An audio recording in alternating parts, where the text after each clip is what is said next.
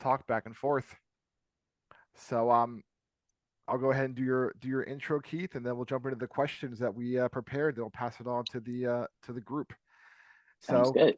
Keith is a certified career coach and a recruiter with deep knowledge of the application process for career changers.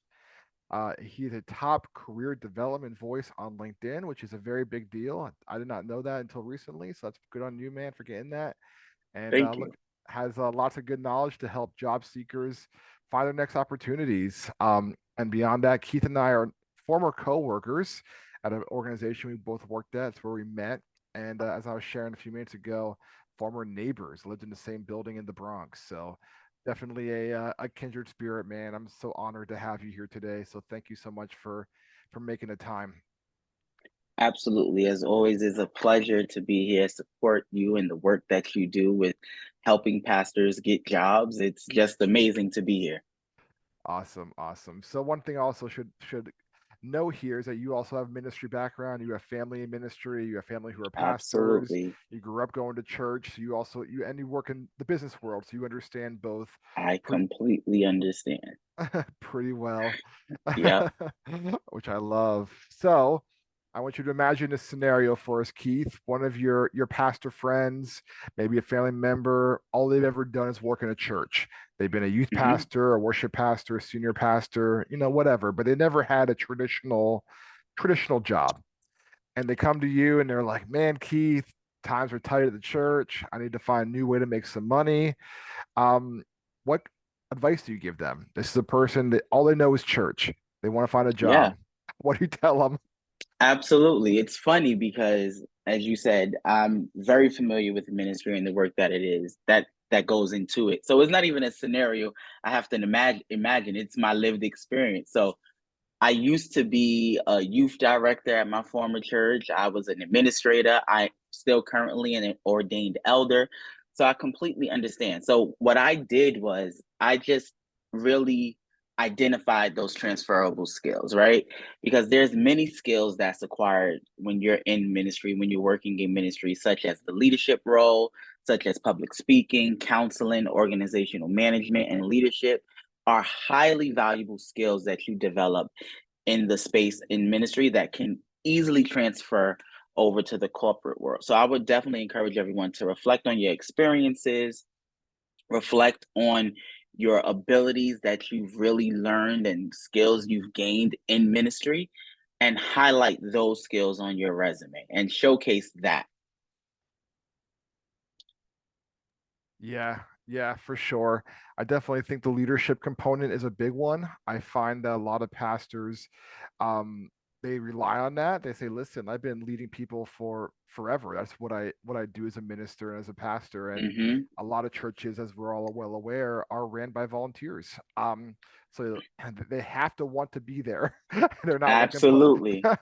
they're not like employees where they're paid to be there. They have to want to be there. So that leadership Exactly. um, angle is important for sure. I appreciate you sharing that and the transferable skills. And we'll kind of get down the list of how to sell those in a way that isn't, churchy because you might be talking to a hiring manager who they might go to church on Christmas and Easter. They might not go to church at all. So Hmm. you have to make sure you have examples that connect and relate. So excellent, excellent. Absolutely. So actually, that's the second question. So good segue. So we have a lot of folks in the room who are career changers. They've been in ministry for a good while, maybe for 5 years, maybe for 20 or 30. And now they're out in the kind of open market trying to find a job. And they have all this rich experience, but they struggle to kind of message it in a way that makes sense to a person like you, Keith, who's a recruiter. So what would be some advice you'd have for pastors who want to sell their relatable skills, but not use just churchy language? I love the churchy language, right?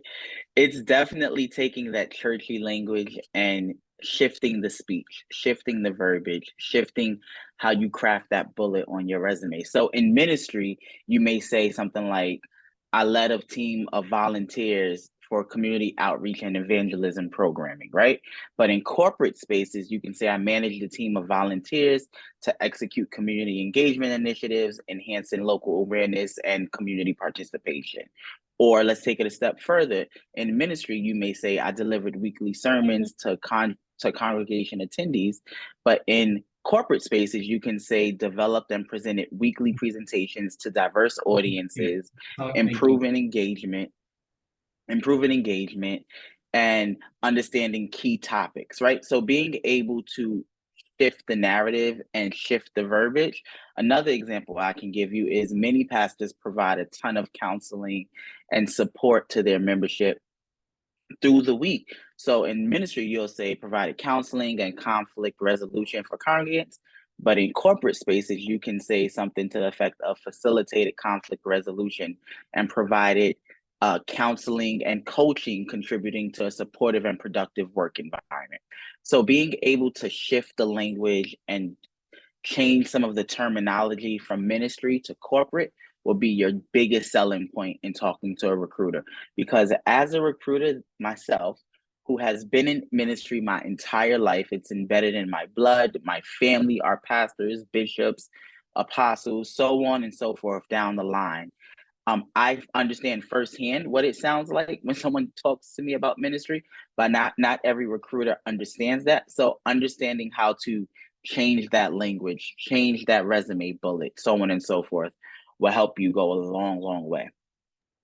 Yeah, that's really, really good advice. And I love the distinction you made there. It's one of the things that we coach pastors on as well.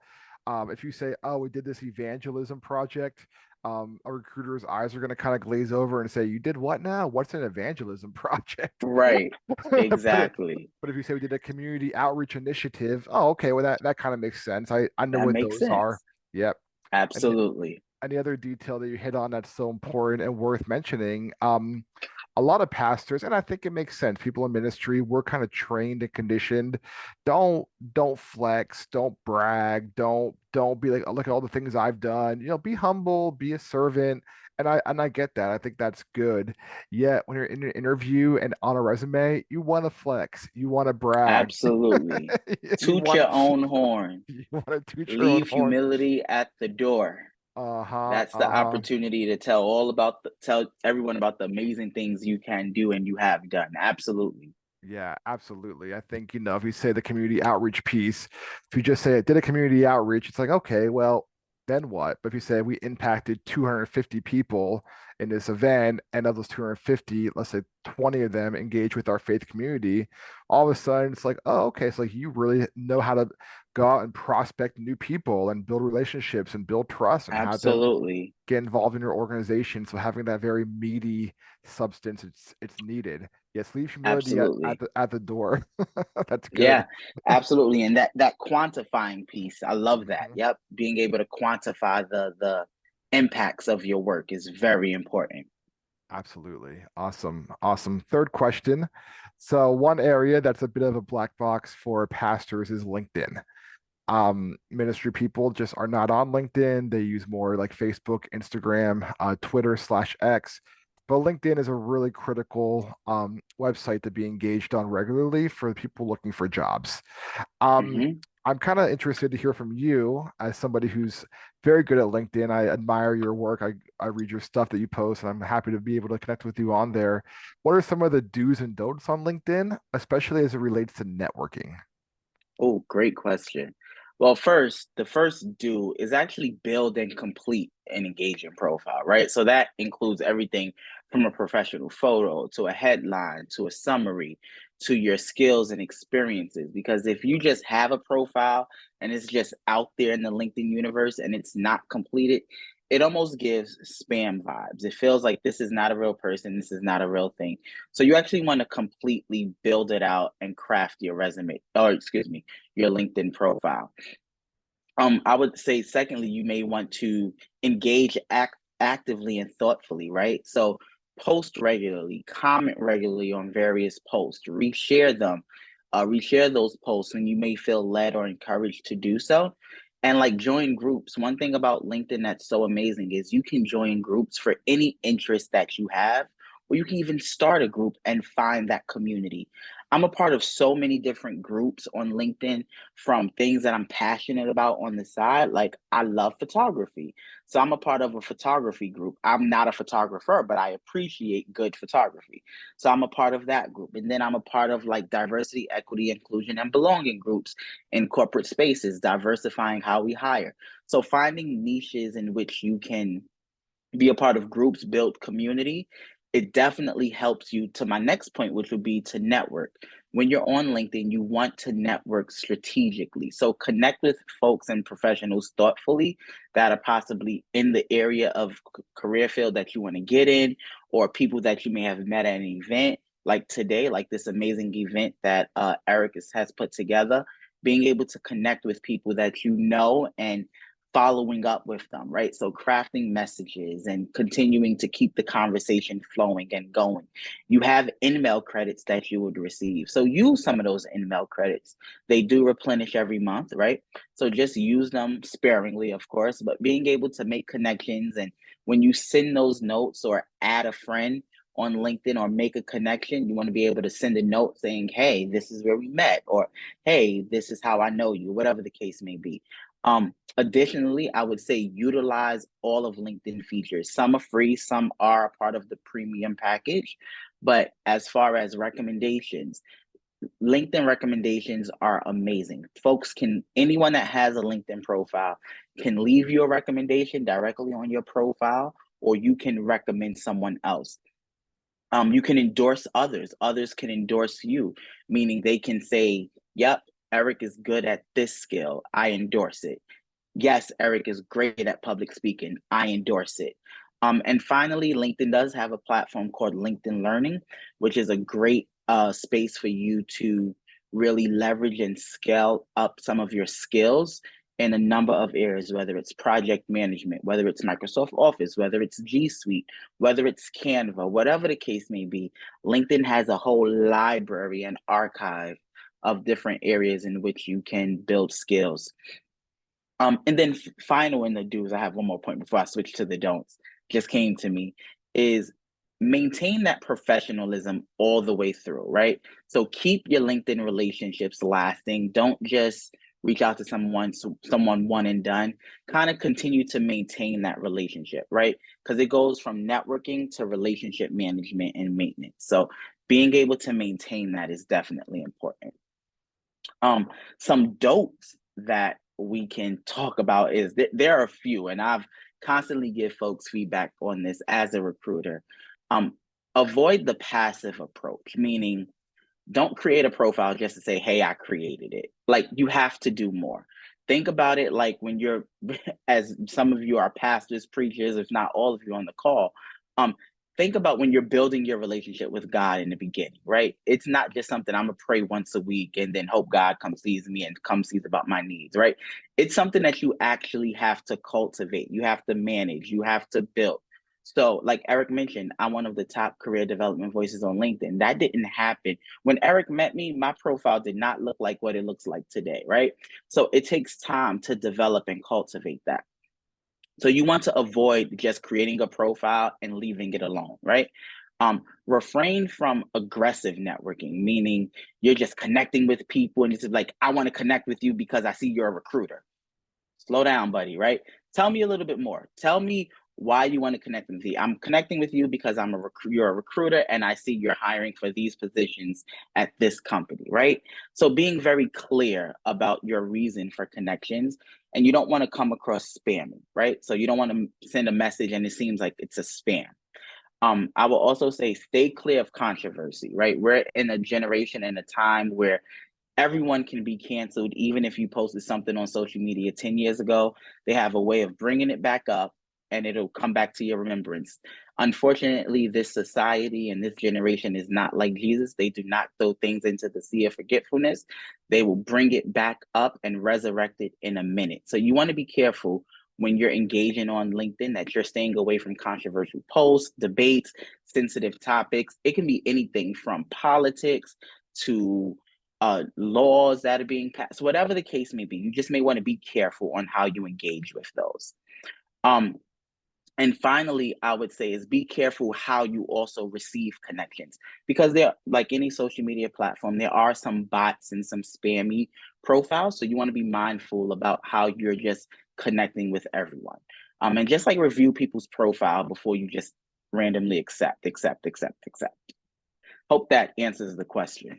No, that was really fantastic and robust. It's, LinkedIn for a lot of people in ministry, it's not something they're keen on. They don't have an account, or they have an account like you shared, they just create one, then never log into it again. To me, it's a secret weapon for job seekers, Absolutely. especially for job seekers who are more mid to senior level. I think networking is the name of the game. To your point, Keith, being intentional with how you network. I get emails all the time on LinkedIn that are spammy. And I ignore them, but there's a little bit of thoughtfulness in there. I read it twice and think, okay, maybe this is something I want to explore. So really, really helpful information. One other thing that you said Absolutely. said at the beginning that I think is worth reminding folks about is a professional photo is critical. I was working with the pastor about a month or so ago, and he's looking for a senior role, and he has the experience and skills to look for a senior role. But his LinkedIn picture was a photo of him, like kind of a cell phone photo, wearing a flannel shirt with a big bushy beard and kind of like a faux hawk style haircut. Which, I'm not mad at flannel or bushy beards or faux hawks unless you're trying to become a lumberjack. You probably should clean you probably should clean it up a little Right. bit. Absolutely. Absolutely. That's a good photo to post on your timeline if there's a meaningful story behind it, but not for your profile photo. That's a good point. Yeah, I was out cutting wood all weekend, and this is what I look like. Right. That's funny, right? Right. Yeah, First impressions matter. exactly. I love that. Thank you so much, Keith. We got Of we got two course. two more, then we'll pass it on to the group. I find a lot of pastors, they get their kind of LinkedIn dialed in, they get their resume figured out, they kind of know what jobs they're looking for. Then they get to the job interview and they drop the ball. They're just not quite Hmm. prepared for the questions. The questions that they ask you in a traditional corporate or marketplace interview are very different Absolutely. than a church interview. So I just want to kind of spend a little bit of time pulling on that string. What advice do you have for pastors who are interviewing for marketplace roles, maybe for the first time? Absolutely. Great question.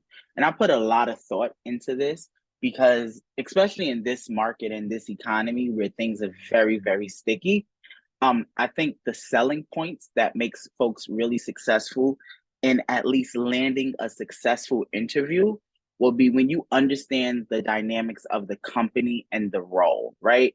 So a lot of pastors that I've worked with or people in ministry in general that I've worked with, whether it's personally or in my role as a recruiter, a lot of the advice that I give them is apply to jobs in the nonprofit sector because nonprofit sector jobs are deeply tied to missions, whether it's to save dolphins, to save wildlife, to plant a tree, to help kids in Africa, Asia, and Europe, whatever the case may be.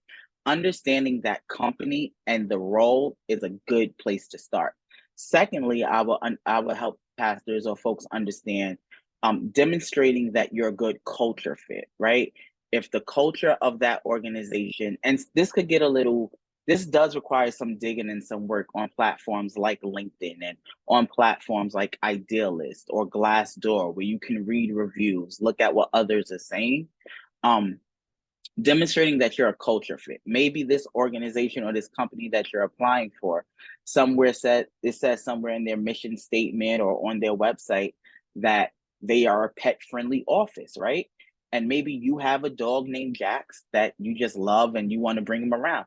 That is a good place for you to start when understanding the culture for that company. You can fit in because you have a dog that you love just as much as the office dog. So understanding that place, as well as showcasing your unique value proposition, right?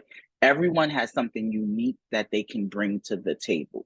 So elevating that unique experience, whether when you were in high school or college, you volunteered at the same organization that's looking for your experiences, right?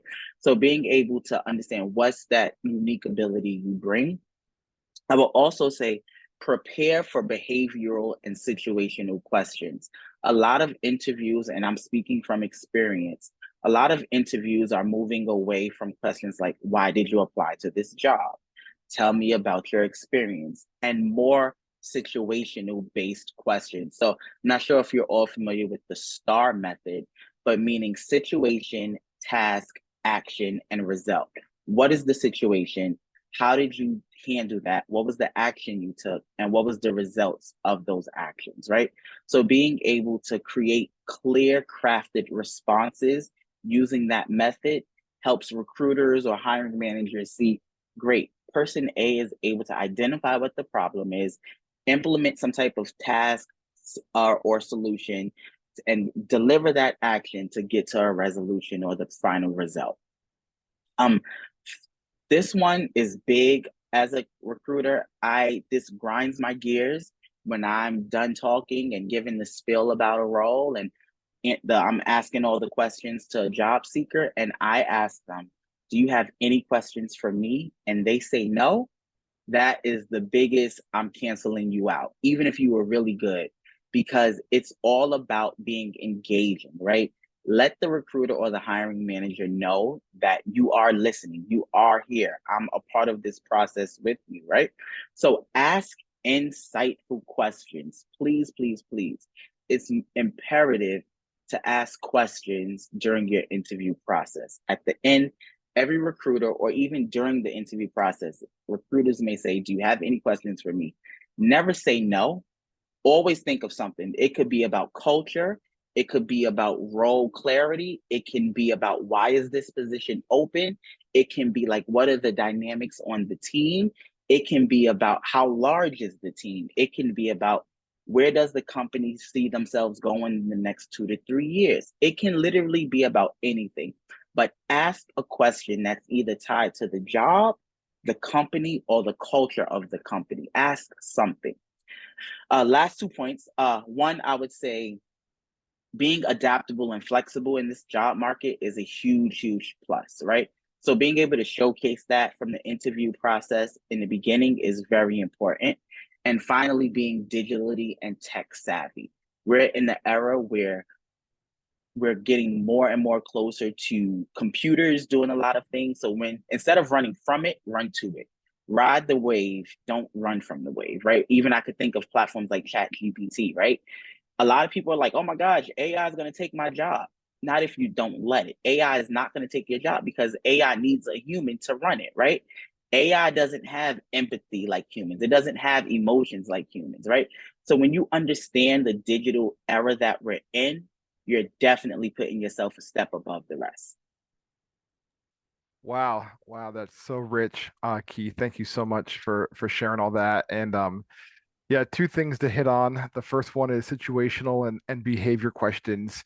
For those who aren't familiar with what that is, Keith, can you just maybe give an example or get some context? Like what would be an example of a situational or behavior question? How's it different than, Sure. why do you want to work here, or tell me about yourself? Like what would that look like tangibly? Absolutely. A situation based question would be like, "Eric, tell me about a time that you had to handle a situation with a difficult client or customer that was just persistent on them being right. And you know that they wasn't right, but you know the company culture is, company is always right. I mean, the customer is always right. Right. How did you handle that situation?" Yeah. And for those of us who've been in ministry for any amount of time, we have lots of times where, people are leaving the church and you got that guy who shakes your hand and, says that sermon was awful, or the music was too loud, or that deacon who has an opinion on everything. And you could use those examples. I mean, obviously, de-church them a little bit, make them a bit more friendly for that environment, but we've dealt with unhappy customers. I know we don't like to think of our church members as customers, but ultimately they're people we're serving and they're people that are part of our Yep, organization. And being able to use those examples and stories, they go a long way in interviews. So that's really good. absolutely. My favorite question to ask a recruiter or a hiring manager at the end is there anything about my experience that I shared today or my resume that you want to hear more about? And Great even question. even my job I have now, I had the initial interview with a panel, 3 or 4 people, and then I asked that question, like anything you want to hear more about. And one guy asked a great question. He said, "Well, you grew up in PA, but you spent all this time living in New York. So where do your sports allegiances lie?" And we and we all had like a laugh about it. And I told him the Steelers and the Yankees. And it was like a good moment in the interview because that was like the first like human moment. Like, okay, this guy's cool. We'll bring him back for a second round, and it worked out because I got the job. So that's really Nice. helpful. So Absolutely. A good chuckle will always go a long way it in an goes a interview. long way. It does. It does. All right, last question. Then we're going to open up to the group for questions Sure. that folks have. Um, the job market is fluctuating. It always does. That's the nature of it. When I started, I helped pastors get jobs 2 years ago. It was a job seeker's world. People would apply for jobs and get called back, within a day. That's not happening anymore. The job market is a lot tighter. Layoffs are more common. The economy is not what it used to be. What advice do you have for the job seeker, either here in the room now or listening to this recording later? It just feels like, man, I can't get an interview. I can't get a call back. I can't get an offer. Sure. I'm frustrated. What do you want to share with them? Yeah. One, optimize your online presence, whether it be LinkedIn, whether it be creating accounts on Indeed, Idealist, Glassdoor, but make sure that you have a presence, a digital presence online for your professional self, because we are moving away from paper applications, paper resumes. No more can you just go to your local store or your local nonprofit office or your and drop off a resume at the reception desk, right? So you want to make sure you are in the space where jobs dwell, which is online. Um, Connect with staffing firms or temp agencies, right? Being able to have an advocate or in between person to help you land a job or send you jobs goes a long way. Which brings me to my third point is be open to temporary or freelance work. Um, while everyone would ideally love a full-time permanent salary job making 80K or higher into the six figures, in this market, unfortunately, it's not as common as it was, like Eric said, 2 years ago, right? So being open to freelance job and temp work opens you up to potentially getting a job long term because they may bring you on for a longer contract or permanently. It helps build skills because we're in a market where things are changing ever so often. You want to make sure you're staying on top of the trends and on top of the market trends that's happening in the market. Leverage your network, meaning the people that you've come in contact with. I'm a part of your network now. I tell Eric this all the time. I'm more than happy to participate with him and his movement for I help pastors get jobs. If you want to reach out to me, I'm here. I'm in your network for life, whether I'm at this job, next job, or wherever. I'm here. And most of all, stay positive and persistent because it can be discouraging when you're looking and nothing's coming through and you want it yesterday and here we are 5 days later and what you wanted yesterday still hasn't manifested. But stay positive because it's so easy to get distracted, to get discouraged and give up. But don't. You have to stay the course because what's for you will come to you, but you have to give it time. Wow, that's really inspiring, Keith. Man, thank you so much for Of course. the encouragement. And you're right. I mean, it's such a funny thing, Keith, and this is just now more shop talk. This is not part of the agenda. But sometimes like pastors will hit me up and they're like, "Oh, I'm getting kind of bored. I think I'm going to try to find a job." I'm like, "There's a lot better hobbies than looking for a job." Like looking for a job will suck the life out of you. Yes, that's a job in itself. Looking for a job is a job. Too bad we can't be compensated for that, right? Seriously, man. People just, well, I just want to see what's out there. I want to kind of explore. I just want to just check it out. I'm like, listen, if you're happy where you're at, just ride that wave. Don't cause more stress to yourself than you need to. But people do it. Absolutely. And it can be very high stress. And I love what you shared. Not everyone knows this, but what better place to share it than here at Covo Con? My first non-ministry job after being in full-time ministry was in the contract work. So I was Oh, not having a wow. traditional full-time salary job. I worked in the gig economy for a good number of years actually until Yeah. it turned into a full-time gig. And I think the reason why that that could be a viable place for a lot of pastors is because as a career changer, for better or worse, you're a higher risk hire. Therefore, they'll bring you in maybe for a 4 month, 6 month, 1 year contract, kind of fill you out, you fill them out, and then the opportunity for the full time role could happen if you Yeah. perform. So I really think Yep. that's awesome advice. So Absolutely. all right, Keith, any parting words before we open the floor to questions from the group? I'm ready to hear the questions. I don't want to take any more time talking. I want to hear what everyone else has for me. Awesome, awesome. So I'm going to pause the recording. All right, Kevin, Dr. Middleton, Dr. Kevin Middleton is a Covo church planter of Acts Church in Yonkers, New York, as a senior pastor and educator. We're going to have a good conversation on best practices and shared leadership, developing the next generation, and staying healthy while leading in Covo ministry.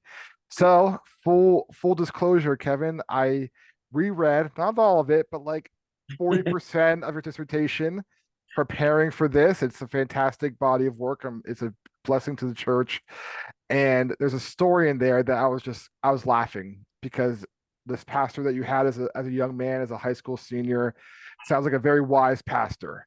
Hmm. And I'm just gonna read it as is because I want to give, justice where justice is due. Of course. So the story is you're a senior in high school, about to graduate. Your pastor asks you, what are you going to do next? And you tell him you're going to go study the Bible and become a minister. And he says, quote, Bible doesn't pay the bills, skills and marketplace degrees will. So here's your pastor saying to you as a young man, hey, why don't you get some marketplace skills Hmm. as opposed to just going and fully studying the Bible? So you said Comic Con, so I'm going to use this language. Is that your Covo origin story, or did it start differently? Like, when did this whole idea of blending kind of marketplace ministry and church ministry come together for you? Yeah. That's so funny. I love the Covo origin story phrase because usually when, someone tells me a story about their childhood and, it's like semi-dramatic, I'm like, oh, that's totally a good villain origin story, So yes, that would be my Covo origin story. I was totally, absolutely disillusioned by that response from my pastor at the time. I thought that was very unpastorly to say to an aspiring minister, someone who wanted to be a preacher, pastor, church leader. Um, I actually thought I was going to get some really amazing brownie points, and I actually thought this would be a wonderful pathway for me to start doing more ministry, et cetera, et cetera. And actually, to my pastor at the time, it was honestly a sign that I wasn't ready, and that I actually needed to serve more in different capacities and open my mind and have a breadth of understanding of the world and how God works in the world. And he works in the church, he works in both, he works in the world, period. And so, yeah, I was totally disillusioned. And I said, you know what? Let me just submit to the process. And it was honestly the best gift that I could have received. And that was a tremendous amount of wisdom because even looking back, even just a couple years ago to COVID, where now you're reading these articles and you're hearing pastors say, man, I wish I had a job, a side job. I wish that I had a skill or a trade or some other degree other than theology, which I think is great, or a master of divinity, which I think is really amazing. But a trade, a skill, a practical degree outside of ministry, I think was really helpful, really, really helpful in terms of even having a family and even myself and providing for others. So absolutely, totally my Kobo origin story. I love it. I love it. Thanks so much for sharing. And another piece of your dissertation that I found really fascinating was sort of like the current generation of Christians, really millennials and Gen Zs, and their approach to ministry, their approach towards vocation, just being very different than maybe like boomers and the older generations were. What do you see God doing kind of in the wider church as you think of believers? You have a very young church. I had the opportunity to worship at Acts Church while I was still in the Bronx. My daughter and I came and worshiped with you. And I mean, I'm 37 and I think I was probably the oldest person there. So you have a very young church. So what do you see God doing like in the Gen Z slash younger millennials when it comes to ministry and vocation, calling, all that good stuff? Yeah. So I don't know the particular phraseology around it. Maybe someone on here knows, or someone who's watching may know. But there's this like I think it lines somewhere with an eschatology or some type of theology where there's an argument that as time moves forward and as time moves on, human beings somehow develop this progressive revelation to care for themselves, care for others, and care for creation in better ways that we've seen in years prior. Don't really know the name for it, but I may not subscribe to all of it, but I do think that it definitely has some value. And on top of that, I think that when it comes to our understanding of God's judgment, we think fire, hell, brimstone, we think of that stuff, right? The wrath of God, all that stuff. But I personally believe that it's more comprehensive than that. I think God's judgment could be fatigue, right? Burnout, the moral failures that we've seen in our church context. And I think those are signs, it's like God saying, hey, if this is what y'all want to do, go ahead. And I think, though, the grace of God in that is that when that happens, we sit back and say, let's reevaluate this. This isn't working. And I think that for me, I see that happening within millennials, within our generation, within Gen Z, where we're sitting back and we're saying, man, what worked back then, that wasn't healthy. And actually, we probably need to just throw that in the trash altogether, some aspects. And so I think that I also think on top of that, you have millennials and Gen Zs that are actually, without even Bible knowledge or any theology, are making intersections and connections with what they do in the real world. And they sometimes see that as more valuable than sometimes what people do in church or church work or clergy work. It's like, no, like I actually work for a nonprofit that helps with like preventing women, getting in the human sex trafficking system, right? They're like, no, like I feel like that is powerful work. And I'm like, no, it is. That's actually really holy work. And it's just as holy as being a sanitation worker, being a classroom teacher, being a servant, right, at the door post in a church, right? It's kind of allowing us to see that, man, God is in it all. And I think that Gen Zers and millennials are actually they're making those connections. They're seeing, man, 20 years ago, I saw my pastor preached every Sunday. There was never a guest speaker. There was never an associate minister who preached. And it was almost worn like a badge of honor, right? Like, I'm here from 7 to 7 p.m. and I'm never home with my kids and my family. And it was like a badge. The pastor's so amazing and he's so committed and devout and faithful. But then the pastor dies at 55 with a heart attack, or he has high blood pressure. He or she has high blood pressure. And now he's no good. He or she is no good to their family or their church anymore because they're dead or they're ill or they've fallen sick.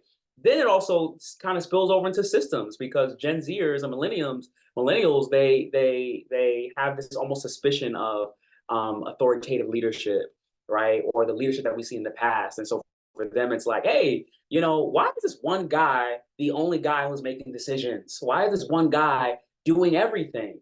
If like you notice even in corporate spaces now, Gen Zers are the ones in the rooms making decisions, and they are not suspicious of places where there's shared leadership, places where they're invited to tables that are not rectangles, but they're more circular. And it's a round table. We get to have discussions, and there's no big I. It's just where are we, and we're committed to our mission and vision. So that's kind of like the paradigm shift that I'm seeing within our generation and generation that's coming after. Yeah, man. I'm seeing the same thing. I think, you know, we're the generation that like didn't quite grow up on the internet, but got it young enough that we have this influx of information from a young and impressionable age, Mhm. and realize, hey, there's more to the world than just what my pastor says or what my parents say or what my teacher Yep. says.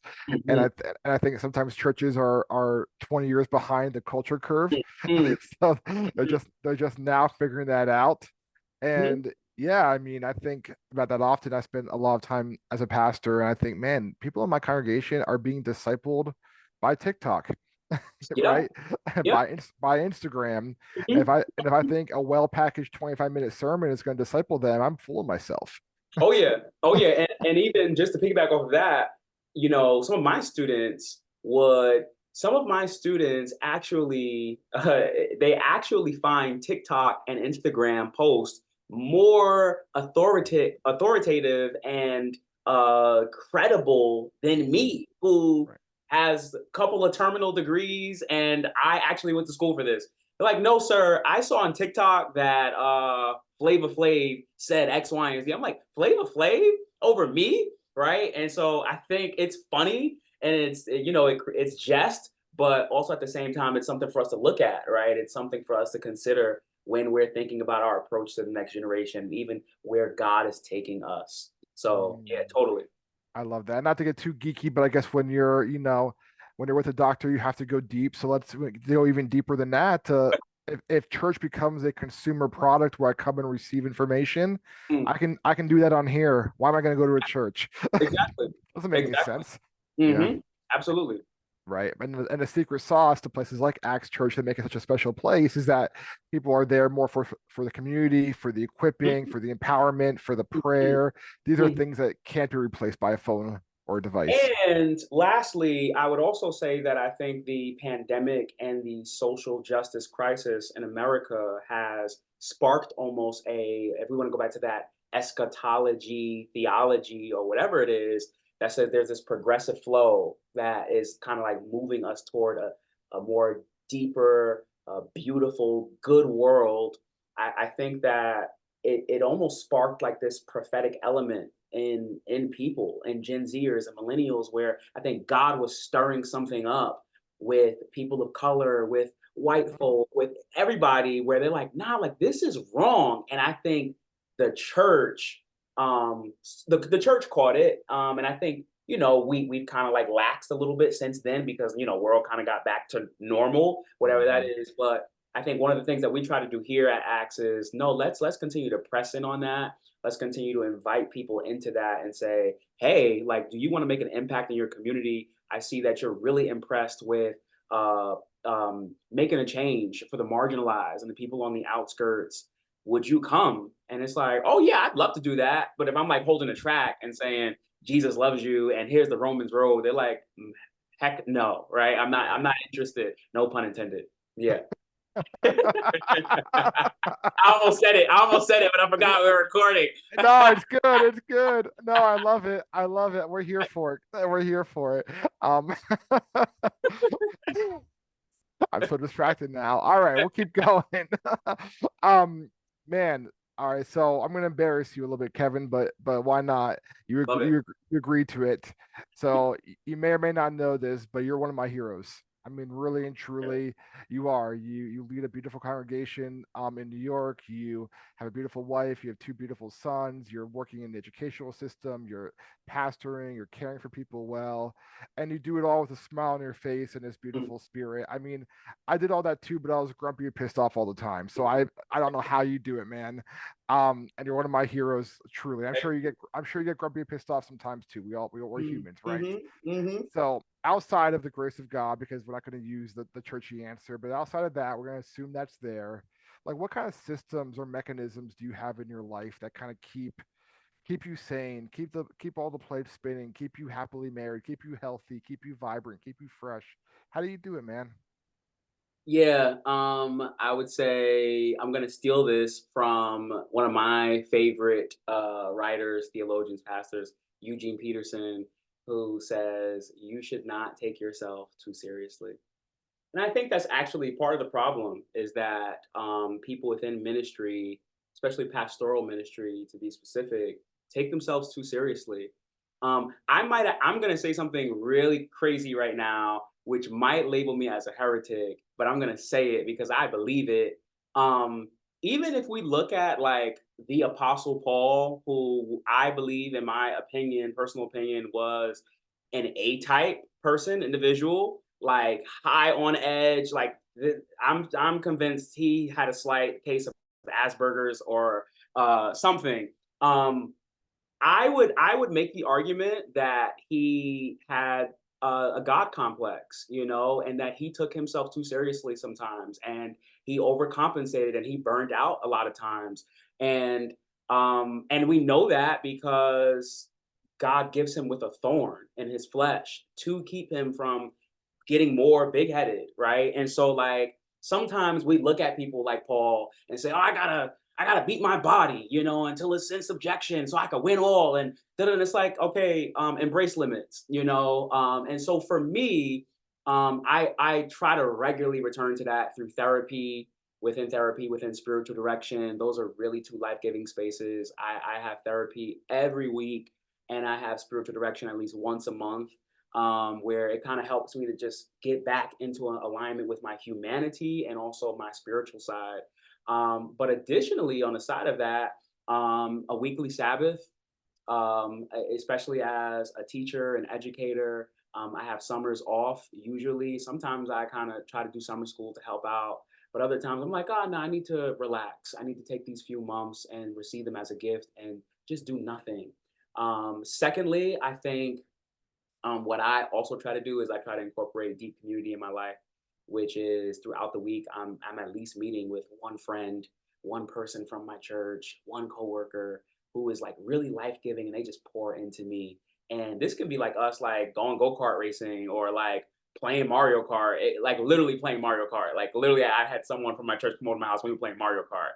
And I'm not talking about the recent Mario. I'm talking about the Nintendo 64 Mario Kart back in the day. But I also, on top of that, I think that we should make spaces to be loved and to love people. Thirdly, something that really helps me is a Google Calendar. I think that saves my life, and also really it helps to create margin, which I think a lot of leaders struggle with. Like you don't need 5 meetings in a day. And I think it was C.S. Lewis that said, we sometimes busy ourselves because we are lazy. We are lazy because we actually don't want to do the true work, which is in front of us, which is what God has called us to do. And so we pack things up to seem important, and then like, yeah, like, there's like 2 meetings in a day, 3 meetings in a day. It's like, you don't need all those meetings. How about just one meeting a week and then schedule the next meeting for the next week, whatever. And you'll actually find yourself more happy. And the last thing I would say is you need a hobby. You need something outside of church, outside of reading theology books, outside of Twitter, outside of social media that just like gets you in touch with your humanity and grounds you. And so like for me, almost every night I'm getting on my Nintendo Switch for at least 15 or 30 minutes. Once a month when it's warm, I'm going hiking with some friends. I'm taking a nice hike, and I'm also what is it? I'm trying to do things with my hands. I think it's the phrase: if you work with your head, you should do things with your hands, and if you work with your hands, do things with your head, and that gives you rest. And so those things for me help me to kind of stay in alignment and help me to stay healthy, remain healthy, help me to be a great father, great husband, all of those things. Great pastor, great human being, great person. Man, that's so rich. I don't think there's enough conversations about the Mm, need for pastors to have fun and to mm, have mhm, hobbies and to do things. One of my favorite stories about ministry in the city was feeling kind of burnt out with the church plant. I met with Mark Reynolds from Redeemer City to City. I was mm, kind of sharing with mhm, him my frustrations, and his advice to me was leave the Redeemer offices, walk down to Pat Sherman's and buy a cigar, and go walk in Central Park and smoke a cigar. yeah, And yeah. I I love was like, that. well, I was like, I don't smoke cigars, and you're not allowed to smoke in New York City Park, so that was terrible advice.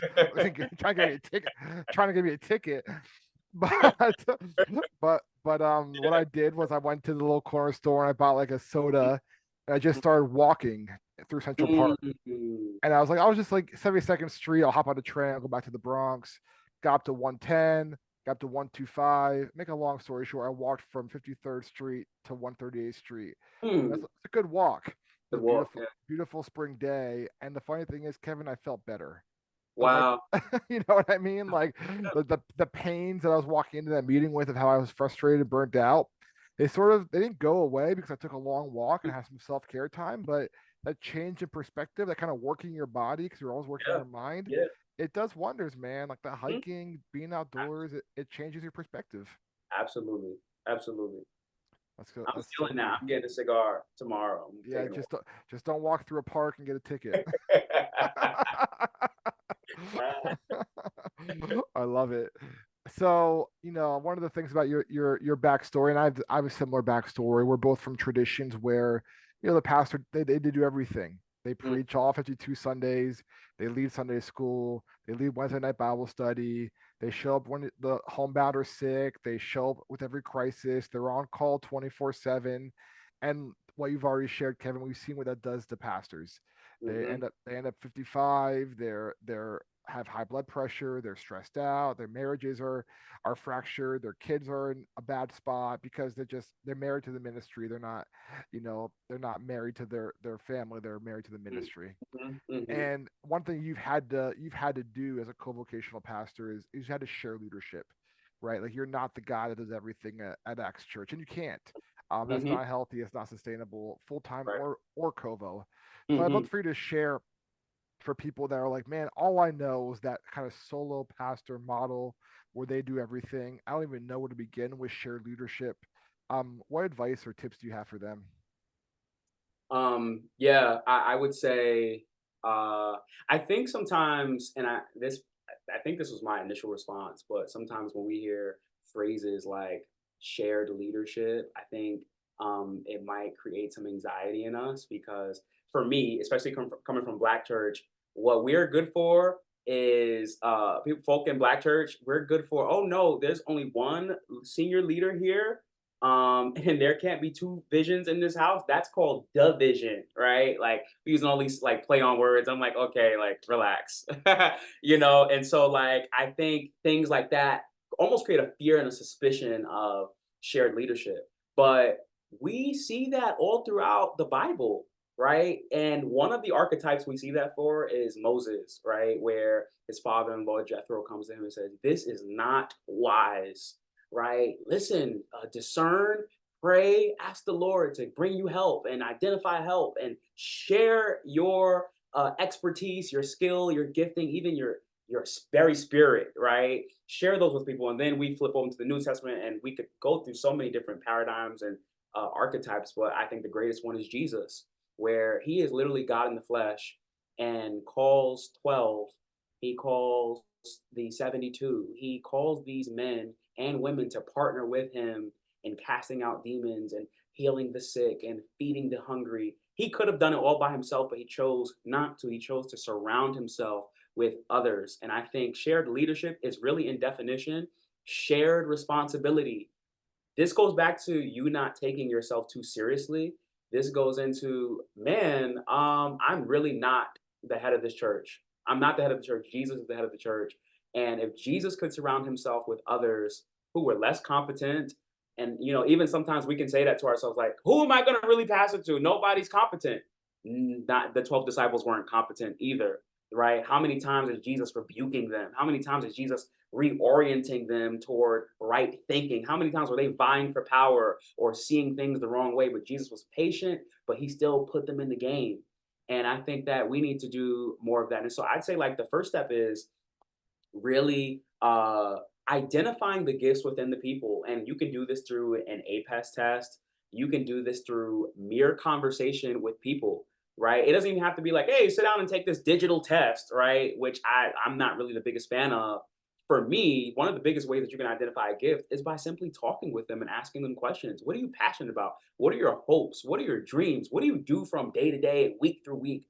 What do you do? And you'll almost get a sense and a pulse of what God is doing in their life. You can say, hey, like you seem really passionate about this. What do you think about joining this team, this ministry? Hey, we got the mercy and justice team right here. I think you'd be a great fit for that.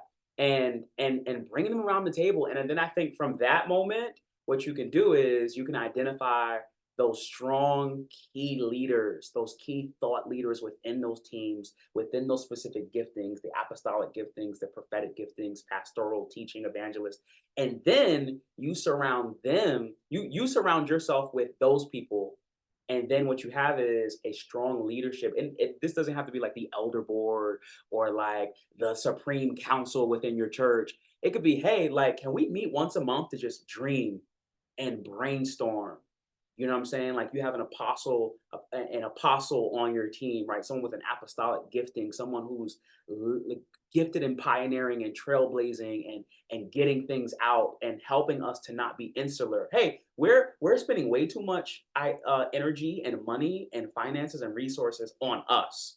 We need to get out there and do these things. You need someone like that on your team, and it's only going to make the church actually reach to its fullness, as Paul says in Ephesians 4 and 12, that's the work of the body of Christ, right? For us to mature everyone so that there can be unity in faith so that we become all that Christ wants us to be. And so I think the less time we spend doing that kind of work and then we're taking it all on ourselves, we actually do a disservice to Jesus and to the body of Christ and ultimately to the world. Wow, that's really really good, Kevin. And as you were sharing that, I was reminded of a Eugene Peterson quote. I'm also a fan of Pastor Peterson, Mm, and he says, "You are at your pastoral best when you go unnoticed." And it's like a mm. real like Jedi move right there. Yeah, And Yoda. it's just it's Yoda Oh because yeah. it's just that. It's like my job as a pastor is to equip the saints to do the work of the ministry. It's Mm. not to be the one Mhm. who does everything. Oh yeah. and and Covo ministry, Covo pastors, they have this superpower where they get really good at finding, developing, equipping the saints because Hmm. there's not enough hours in the day and they have no choice. Yeah, yeah, absolutely. So, real quick follow up for this one. For those who aren't familiar, you mentioned APES. What does that stand for and what does that mean? Yeah, yeah. Thank you for that. APEST is just honestly an acronym for the five giftings that Paul mentions in Ephesians 4. Right, when Christ ascended, he also gave gifts to the church, and those gifts show up as apostles, prophets, evangelists, shepherds, and teachers. And so the idea is that um, everybody who has the Spirit of God, trusts Jesus as Savior, and is in your church has a specific gifting. They're a part of the church, and therefore they are a gift. Everyone is a gift. And I think that's a huge shift from what we've seen in traditional church models, where it's the pastor as the senior leader, and there is no development, no empowerment at all for, of course, right? There might be like these classes and Bible studies and life courses or whatever they are. But really, day to day life, how can these five giftings not just be used in church, which is what we kind of primarily think like, oh, it's just for church. When we come in here, the prophet's going to prophesy, the evangelist is going to go out and get more unsaved people, right? The apostle is going to start a new congregation. It's like that's actually a very limited view, even of what we see in the Bible. Apostles just have this ambition, this grit, this I believe God to expand his kingdom outside of the four corners of the world. And so God can do that in so many different ways. And so it for APEST, it's reimagining what God can do through our gifts to be on mission so that the kingdom of God can be realized in the world. And that can show up day to day, employee to employee, job to job, service to service, whatever it is. It just takes a big imagination. Yeah. Yeah. And how much of a shame is it that sometimes we as pastors, the best we can do for someone is, oh well, we need a kids worker. Mm, So go be a kids worker till Jesus comes back.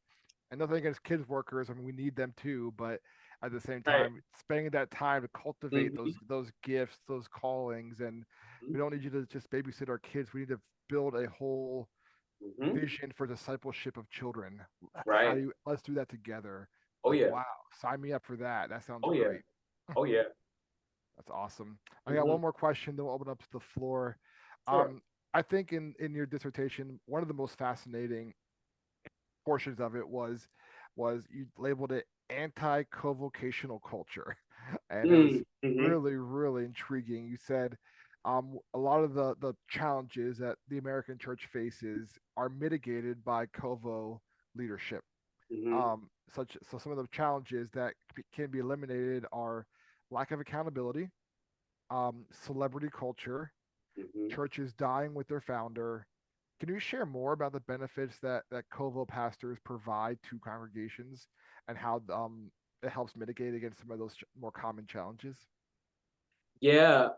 So I guess just like what you did with APES, I think it might be helpful for me to give a working definition of what I've said in my dissertation. So when I say co-vocational framework within my dissertation, the idea that I'm trying to relay is that a co-vocational culture or framework within a church is a framework or culture that acknowledges, sees, and supports every congregant's gifting, own individual uniqueness and calling, and seeks to embed that within the life and mission of the church. Every congregant. No one should be left out, right? And that, to your point, to your last point about the children's worker, right? Sometimes we could even have people misplaced, right? Because it's a need. Hey, I need you to serve. Like we just need to. You know what? No, you have the gift of helps right now. We need help in the children's ministry. Jump in there, right? And you know what? That's great. That's cool. But is that actually supporting, acknowledging, and seeing their own unique gifting, what God is calling them to do, as you mentioned, right? Their purpose, their missional pulse for the church. I believe every person has a missional identity, a missional pulse.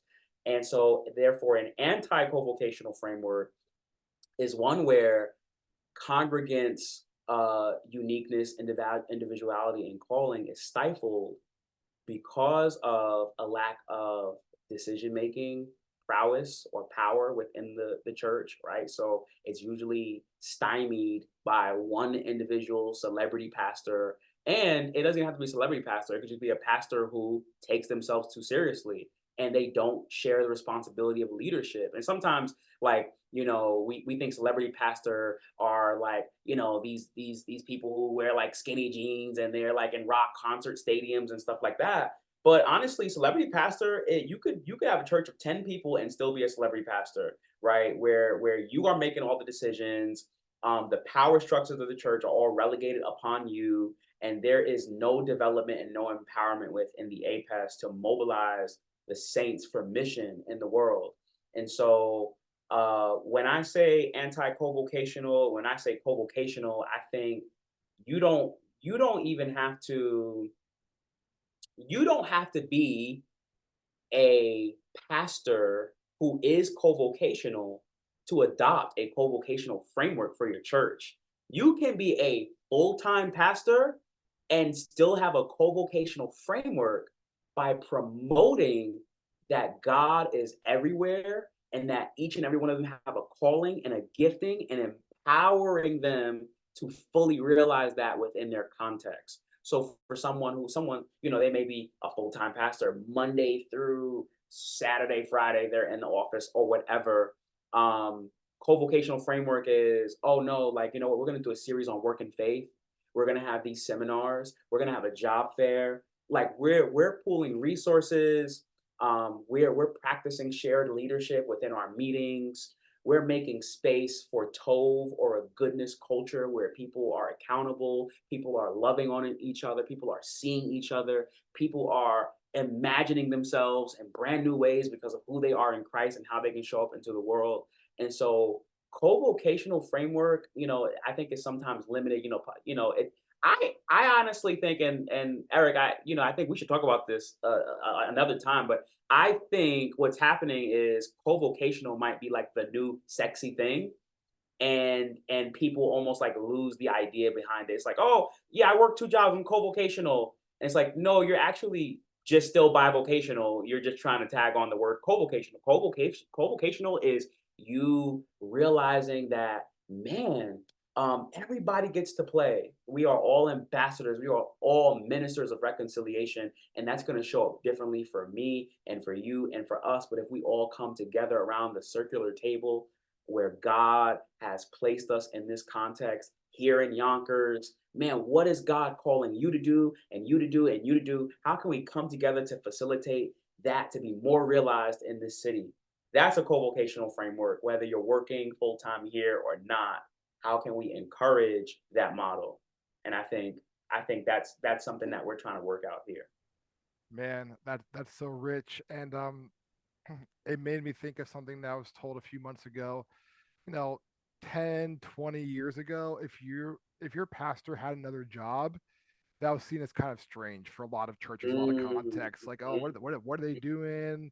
What's going on? And now you're right. Now it's almost a little bit sexy to have mhm, something on the side that you do in addition to being a pastor. It's almost like, oh, you only work in the church? Like, whoa, mhm, what's wrong with mhm, this guy? mhm, Right? But to your point, unless you're willing to build out the whole framework of, hey, it's not just working two jobs, it's also sharing leadership. It's yep, also letting other folks preach, letting other folks yeah, do things beyond just serving the kids ministry. Nothing against yeah, the kids ministry. I just want to qualify that we love the kids ministry, but you know where I'm yeah, going with this, yeah, and yeah, having that and robust vision. and having a teaching team, like you just said, like why do you have to preach 48 Sundays throughout the year? No, Like you don't. I don't even think I want to hear myself that many times. I Nope. don't actually. I don't have to think about it. I don't. And so if I don't, I'm sure there are other, and that's a way for us to affirm once again other people's giftings and callings as well. Another avenue. It's so real, man. All Saints, I preached about 20, 24, 26 Sundays a year as a lead pastor. Wow. Love And that. about five of those sermons were good, and about 19 were duds. So, about every other month I got a home run, but the rest were kind of strikeouts. But I'll take it. Um, cool. That's So what I want to do is this. I'm going to go ahead and hit pause. Uh, all right. So we're here with speaker number three, Strawser, a co-vocational lead pastor of Maki Alo. You can tell me if I said that wrong. I forgive me if I did, which means you're laughing, so I guess I did, which means presence in Hawaiian. I love that. With missional communities multiplying in Honolulu.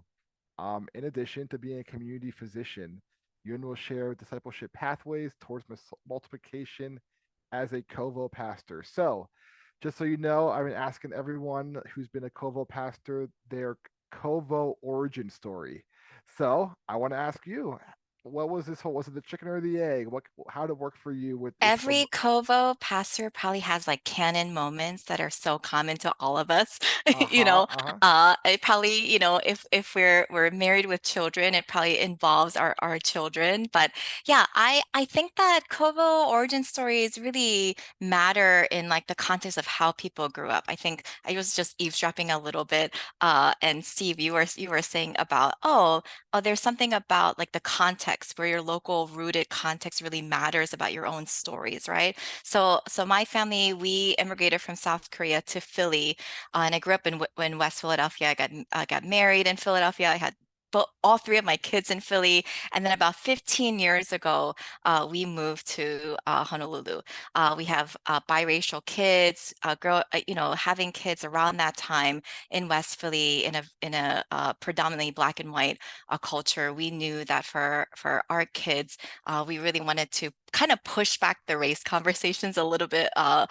We were just kicking the can down the road as parents, and that's why we ended up in Hawaii, where our kids now, our oldest just graduated from high school. He's going to go back to Philly for university, and but we were more prepared to have these conversations about identity and race with them. But yeah, most of my growing up has been in West Philly. The joke for me in Hawaii is that I look brown, so everybody it just assumes that I'm from here. But as soon as I open up my big fat mouth, and everybody knows that I'm from the East Coast, and my husband, who is as white can be, he's like, everyone's like, oh, he's so from the mainland. He opens up his mouth. He's from central Pennsylvania, rural background. He knows how to like do the slow conversations, cares for people deeply. And guess who's the favorite Strawser? It's not me, it's Steve Strawser in any context in Hawaii all the time. Um, yeah, Eric, I thought that I went to an Ivy League school in Philadelphia thinking that I'm going to go into medicine. I'm a physician by trade now, because I thought that I'm going to be the next David Livingstone in East Africa, of my time. I learned Swahili, I taught Swahili, did a Fulbright in East Africa, intentionally making all the roads to becoming a medical missionary. Um, I think the course of my life changed a lot because a lot of my conversations with God really was around like when you think that I'm giving you a gift, how tightly do you hold it? Do you hold it with open hands or do you hold it with closed fists? And I knew when I was younger, I held a lot of these kinds of like invitations from God on my life, vision setting, what are the things that I love to do? How do I love to serve people? All those kinds of things. I feel like I really held them with tight fists. Um, Fast forward, and we're in Hawaii. A lot of the it was an era when before I became a senior pastor, there weren't that many female leaders in the church during that time, and there wasn't a lot of like shared leadership concepts either. And so I was probably the first female pastor at an executive level of leadership within a church. This is our second church plant in Hawaii. The first one when I became ordained, it's because my daughter, my youngest, asked. We were at a service. I knew that there were some supervising folks who in the church who were asking me, and we sense a calling on your life. The church feels a calling on your life. Like here's an invitation, and I'm just like, I'm really good being a community physician.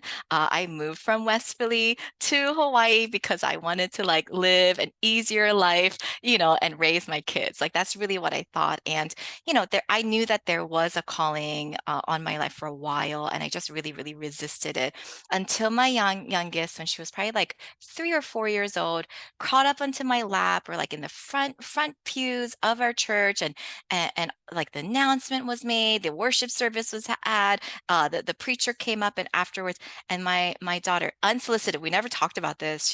She whispered in my ear. She's like, "Can girls be pastors?" That's the question she asked. And I really felt like, because of my high level of resistance, that it really felt like God was speaking through my kid, the one voice that I probably would respond to and consider this calling. And then, yeah, that's how I ended up. I am co-vocational, which means that I do not get paid by the church on purpose.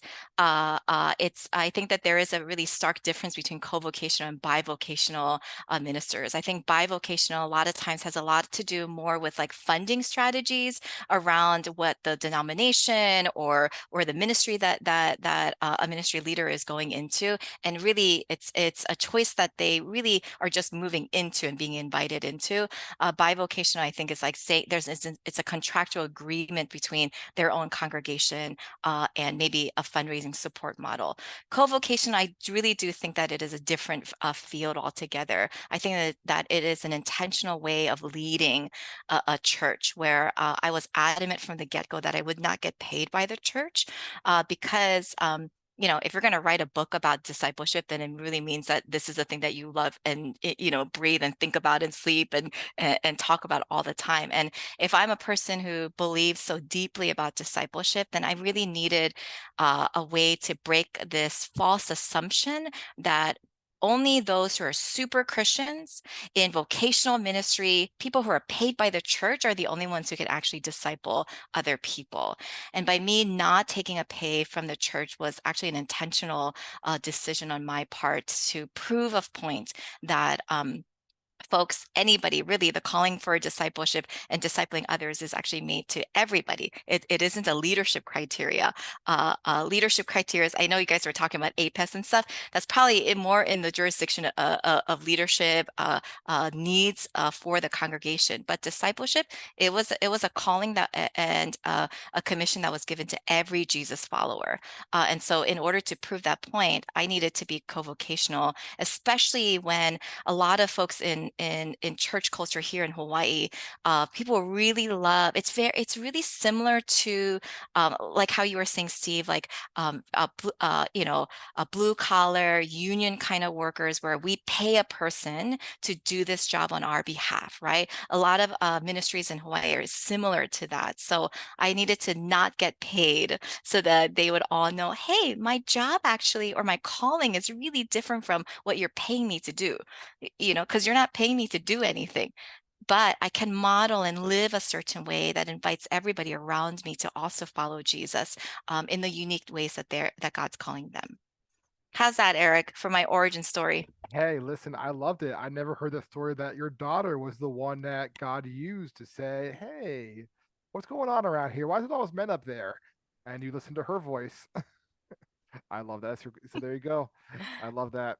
I love that. So you got it. You kind of gave away a little bit of my next question, but we'll keep digging into it. Discipleship paradigms. So I reread your book, Centering Discipleship, preparing for this conversation, which fantastic resource. I recommend everyone to check it out. And you have a whole chapter called Transforming Your Discipleship Assumptions. And I'm not gonna lie, like my feelings were hurt reading it because I had a lot of those discipleship assumptions in my ministry. And you just did a very good job of just very gently saying, "Hey, have you considered this? Have you considered that?" And you're like, "Shoot, where were you 10 years ago when I needed this?" So, if you don't mind sharing, like, what are some of the most common discipleship assumptions we make in our culture? Like, which of those, it's like a three-part question, I apologize. Which of those need to be kind of tweaked or adjusted, and which one do we just need to like completely throw in the trash? You already kind of hinted at one, which is the kind of the paid clergy dual discipleship. What are some other ones that are pervasive in our culture? Yeah, I'll answer that question. I think the stories probably stick with people a lot more. And you know, if you write something, then people can always use it as a resource. But I actually couldn't really answer that question, Eric, until I think the pandemic. Right? If you're kind of thinking about, statistics around North America, right? We already knew that prior to the pandemic, in the next 10 years, about anywhere between 9 to 20,000 established churches are going to close their doors, right? That was already the impetus we were leading to, right? The pandemic, all of us have heard this over and over again in the past 4 years. All it did is expedite something that was already inevitably happening, right? So if already a third of Korean Christians prior to the pandemic already thought that their presence in a church service was not mandatory for their own faith, then the pandemic just expedited it. So it's an extra third of the remaining two-thirds. An extra third also decided, yeah, the pandemic actually, this remote life proved the point that attendance or church attendance, worship service attendance doesn't really matter, right? I think that the previous conversation, you guys were talking a lot about a new generation, right? And how a next generation, deals with authority figures, maybe, and traditions and biases and things. So yeah, there's a lot of other cultural things that are at play that are probably going against the increase or multiplication of churches today, or church how we have done it in the last probably 100 years or so. And we were the same way. This is our second church plant. We did a discipleship pathway model, doing missional communities.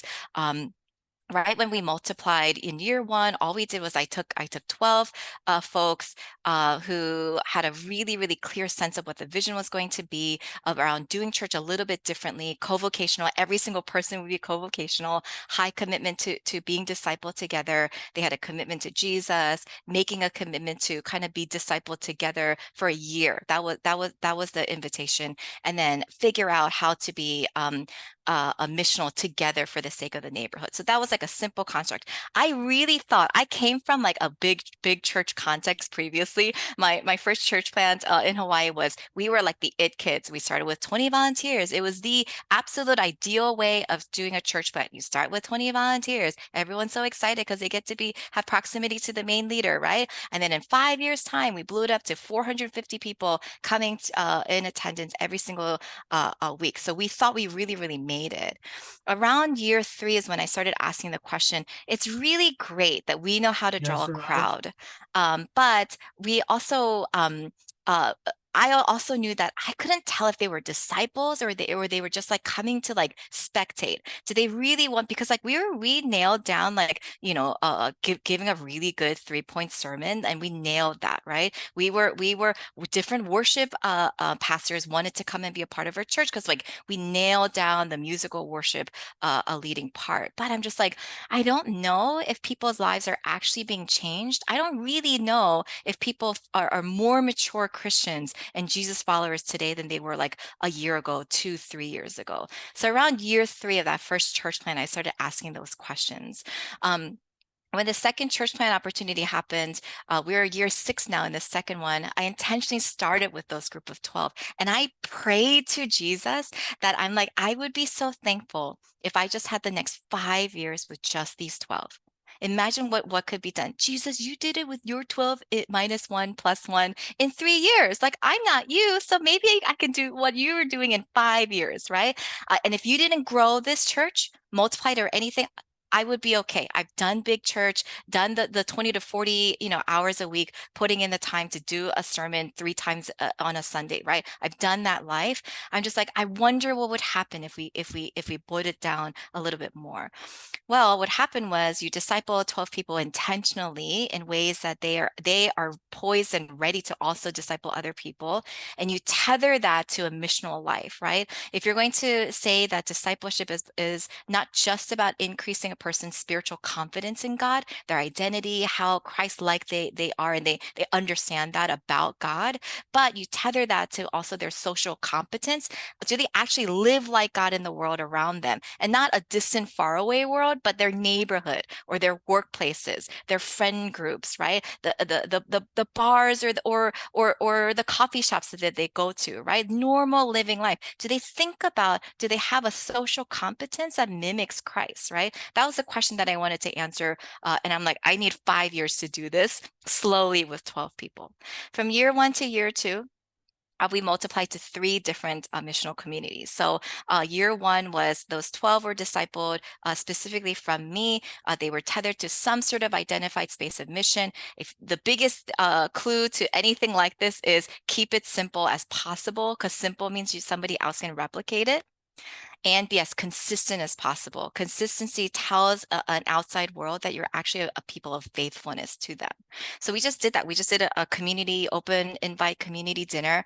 We never did any sort of flyers or social media around it. It was all word of mouth.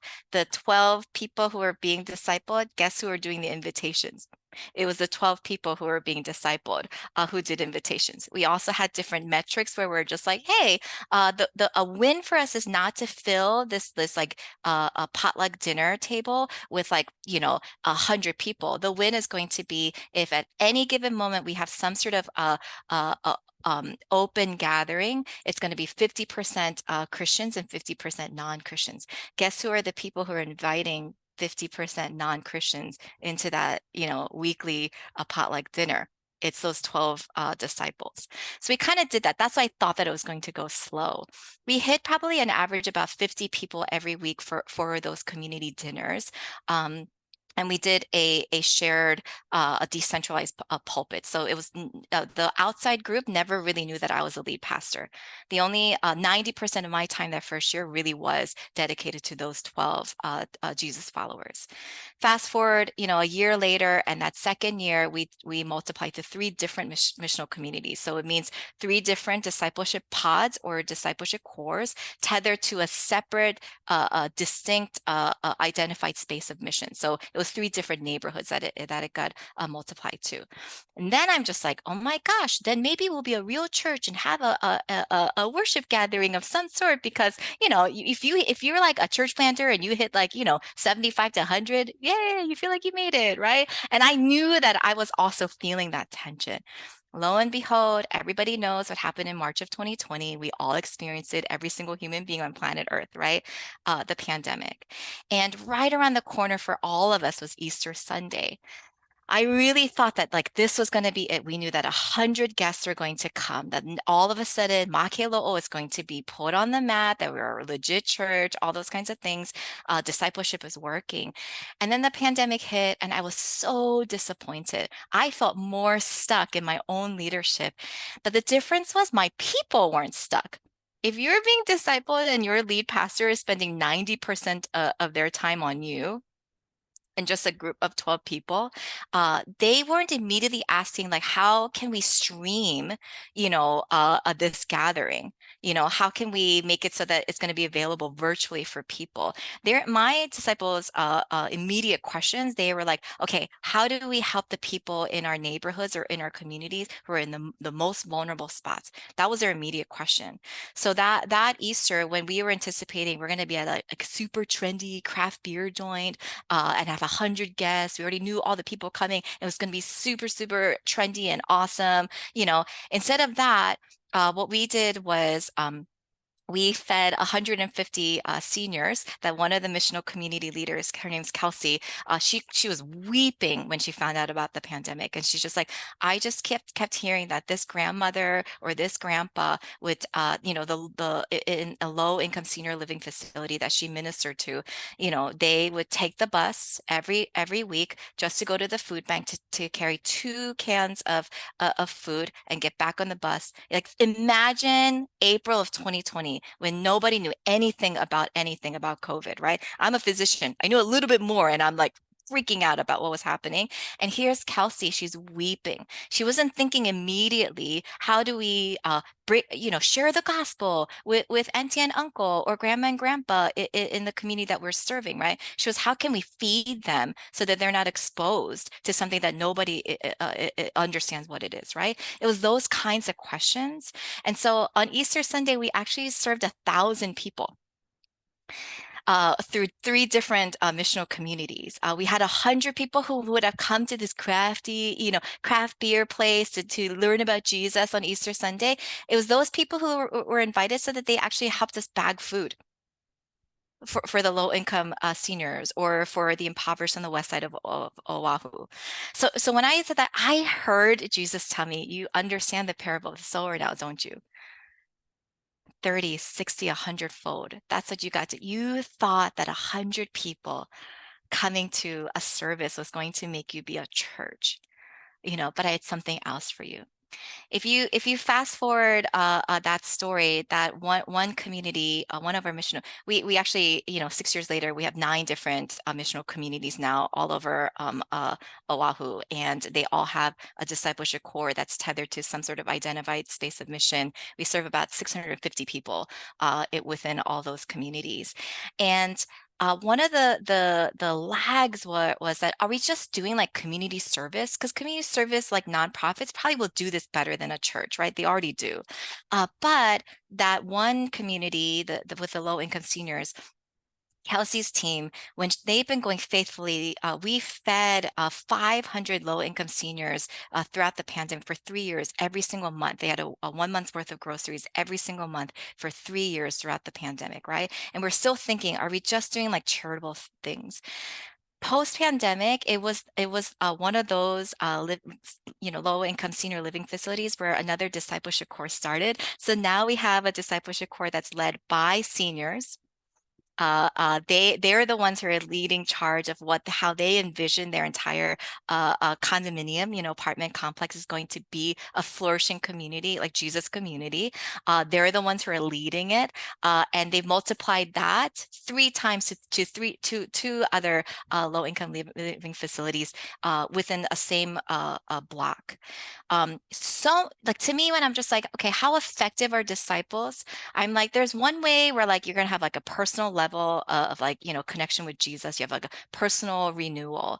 Then there's like something that happens in a communal level, right? Community wise, people are going to be engaging with one another. Healing happens, right? You guys are talking about APES, right? Healing happens, learning happens, like liberation happens, all those kinds of things happen together within a Jesus community. But for me, I'm just like, if you really want to know what the end point of discipleship is where the church resides. Is the neighborhood or community or city that the church resides in, does the community around that church also experience flourishing, also experience this Jesus community overflowing?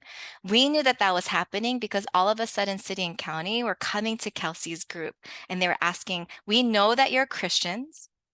We know that you talk about Jesus, but we want to know if you could be doing this thing and teach us how to do this thing where every single low-income senior is cared for in all 9 low-income senior living facilities within this one part of the city. So when there's like this city kind of revival, renewal happening, then I know, okay, disciples are actually being made. They are tethering both their spiritual competence and their social competence together, and they're becoming more like Christ. Okay, Eric, that was a lot of talking. It was profound. It was moving. It was inspiring. It's all of the above. So thank you so much for sharing that. Another concept in your book that fascinated me was the four spaces: social space, personal space, intimate space, public space. Do you mind just giving us a like kind of flyover? What do those spaces mean? How's discipleship and formation happen in those? And how do you, as a Covo pastor, a mom working, provide leadership and care in those spaces? Yeah, no, that's a great question.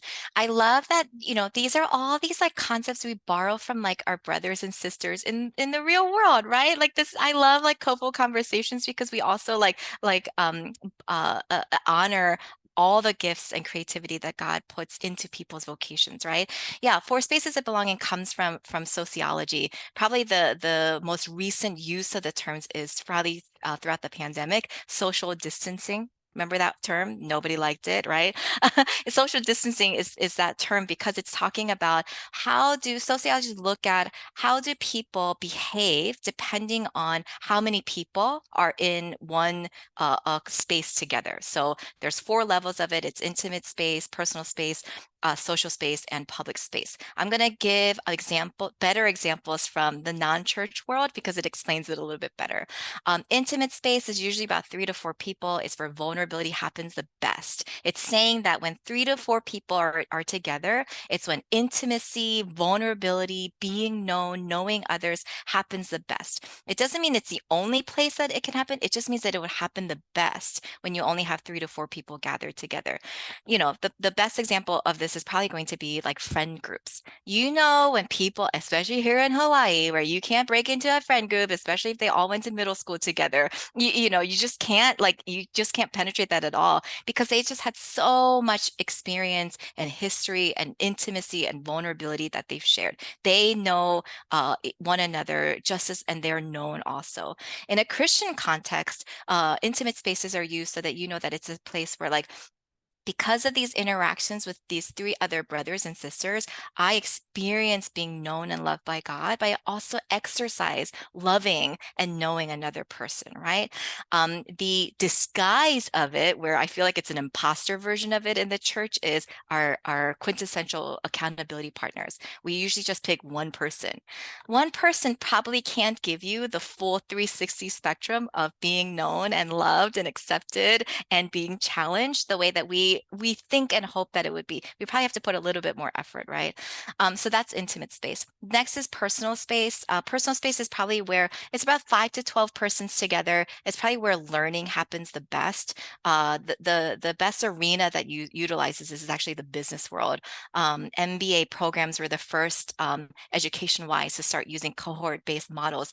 Why? Because every single MBA program knew that even if their graduates had a degree, just from a learning, monologue, lecture hall space, they knew that their graduates weren't even remotely prepared to be business leaders in the real world, right? So what did they do? They're like, oh, how do we utilize and expedite how learning happens best? We put them into cohorts, groups of 5 to 12. They journey together. It takes about 12 to 18 months in these kinds of programs. And most business schools produce better business leaders from these cohort models. Why? Because it's closed. There's no interruption with new members coming in at any time. And the learning actually has a chance to be deepened and it's shared. It's a lot of practice-based learning by discussion, learning by sharing, learning by doing together. And if we're being intentional that there is a big component of discipleship that it's learned and need to be equipped into people, why in the world would we use small groups and interrupt it with new people every single week? And Christians are nice people. We always want to welcome new people, but every time we welcome a new person coming into a small group, it interrupts that deeper learning portion. So the church realm is like a discipleship core or a pod, but it's intentionally closed for an X amount of time because you're valuing the use of space and time so that people will actually be equipped and learn together well. And it's just for a limited amount of time. For us, we have a version of our discipleship pathways, equipping people in those discipleship cores, right? We have 9 missional communities. We have 9 different missional discipleship cores. We have a 6-month version, 12-month version, and 18-month version on purpose. That social space is going to be around 20 to 50 persons. What happens to people when 20 to 50 people gather together? This is where like some sort of sense of belonging and a sense of purpose, people actually get to live in it. The best example is like nonprofit world. Think of the food bank. When the food bank makes a call so that there's a community call that we need volunteers because we're going to do a big shipment and package food together. They don't make it so it's 150 people on their roster. They cap it at 50. Why? Because they know that a room full of 50 volunteers, they have the speed, they can train people really quickly, and they actually can get more done together. It's very task oriented. They also have rapport with one another, but like you don't have to be best friends. You can just come. There's a gift of anonymity. You can learn to be together, have a sense of belonging because we're doing something purposeful together, right? Nonprofit world, they know this through their volunteer base really, really well. So a social space in a Christian context or a church context for us is all of these like a community or identified space of mission. So whether it's a gathering where we're eating a meal together, we're partnering with the city and doing like a beach cleanup together. We've hosted like dinners for small business owners within our community. You know, whatever it is, those kinds of things, right? It's so that it's capped on purpose so that that sense of belonging and purpose are clear. And then the fourth space is public space. Public space is best for, it's about 70 people or more. It's best utilized for some sort of proclamation or making something visible. Our best example in current society is actually not church services. Why? Because statistically in the US, you're doing well if you have 65 people in attendance in your Sunday morning worship service. You're doing well if you have 65 people. You're doing well if you have one small group, because about 20% of your Sunday morning worship gatherers who are a part of a small group, you're doing well as a church. 65 people, technically, from a sociologist point of view, is not a public space. It would be geared better towards doing some sort of sense of belonging and purpose together, right? You can kind of think about how to reframe whatever gathering space you have for what it's best used for.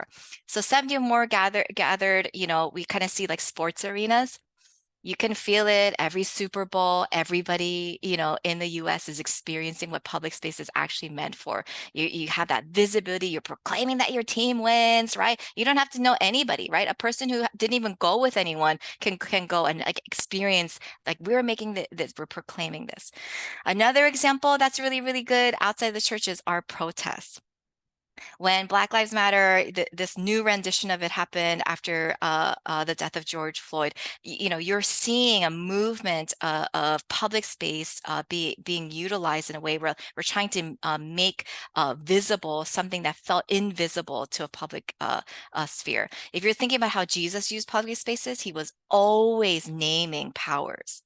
He was always naming principalities, right? He was always trying to contrast it, all of these things in this part side of new creation that the kingdom of God coming here and now is contending against, right? He's talking a lot about how does the church and Jesus communities contend against the powers that are at play right here and now, right? If you study and go back and see how Jesus uses public spaces, that's usually what he's doing. He's just speaking parables most of the time to the crowds, right? But he's equipping and teaching the disciples that personal space. My favorite example of public space that was used by the church was, oh, Eric, I'm just going to cry every time I tell this story. It was right around when, you know, 2021, there was such a rise of anti-Asian hate crimes, right? It probably went up like, you know, some crazy amount of like 300% or whatnot in New York City. You know, Eric probably like lived through this with his own neighbors and stuff. But in San Francisco, in that Bay Area, there's a huge Chinese American, Chinese immigrant population, low income senior population. And somewhere around springtime, there was like a social media thing that went out to a lot of the non-Asian youth, and it was called Slap the Asian Day. So they picked one day to go around and see how many Asian elderly men and women they could go around and slap. So this turned into a big, huge uproar. And what the church did instead was they partnered with the media and healthcare workers and all of these things, and from city and county, and they put on a public worship service where they centered Chinese American elderly seniors to be the ones who are leading in liturgy and prayer of lament, so that what they knew to do was these are people who are so easily made invisible in that society. So how do we honor them, and how do we contend with powers that are played today? We actually center them to be the ones who are going to be leading entire city in public worship. Yeah, I love that story, because I'm like, oh, if the church actually learned about what public services are actually meant to be and what is for, we probably would have a better way of engaging with our cities and our communities. We have public spaces, public services about once a quarter on purpose. We have it so that, because we know that we're going to hit that over 70 number now, right? We're 6 years in. And we always make it around some sort of unveiling and naming of powers within our community. I still am not known as a senior pastor of my church, because we also want to make sure that each of these missional community leaders, they're the ones who are actually doing the work, right? If you think about who we want as leaders, we want the people who are living missionally and actually wanting to mimic Jesus. We want those people to be copycatted within the rest of the community, right? That's what discipleship is, right? Imitation. So, and because remember, I look brown, I open my mouth, I'm from the East Coast, everybody knows it. So I can't sound the way I do and also lead a public worship service, because then everyone will be like, oh, Un can do that because she's not from here. But we're always making sure that it's local leaders from a local context. They sound and use the same lingo, same accents, everything. And whenever we do like a prayer of lament, it's a woman who's local, who is chanting it in Hawaiian.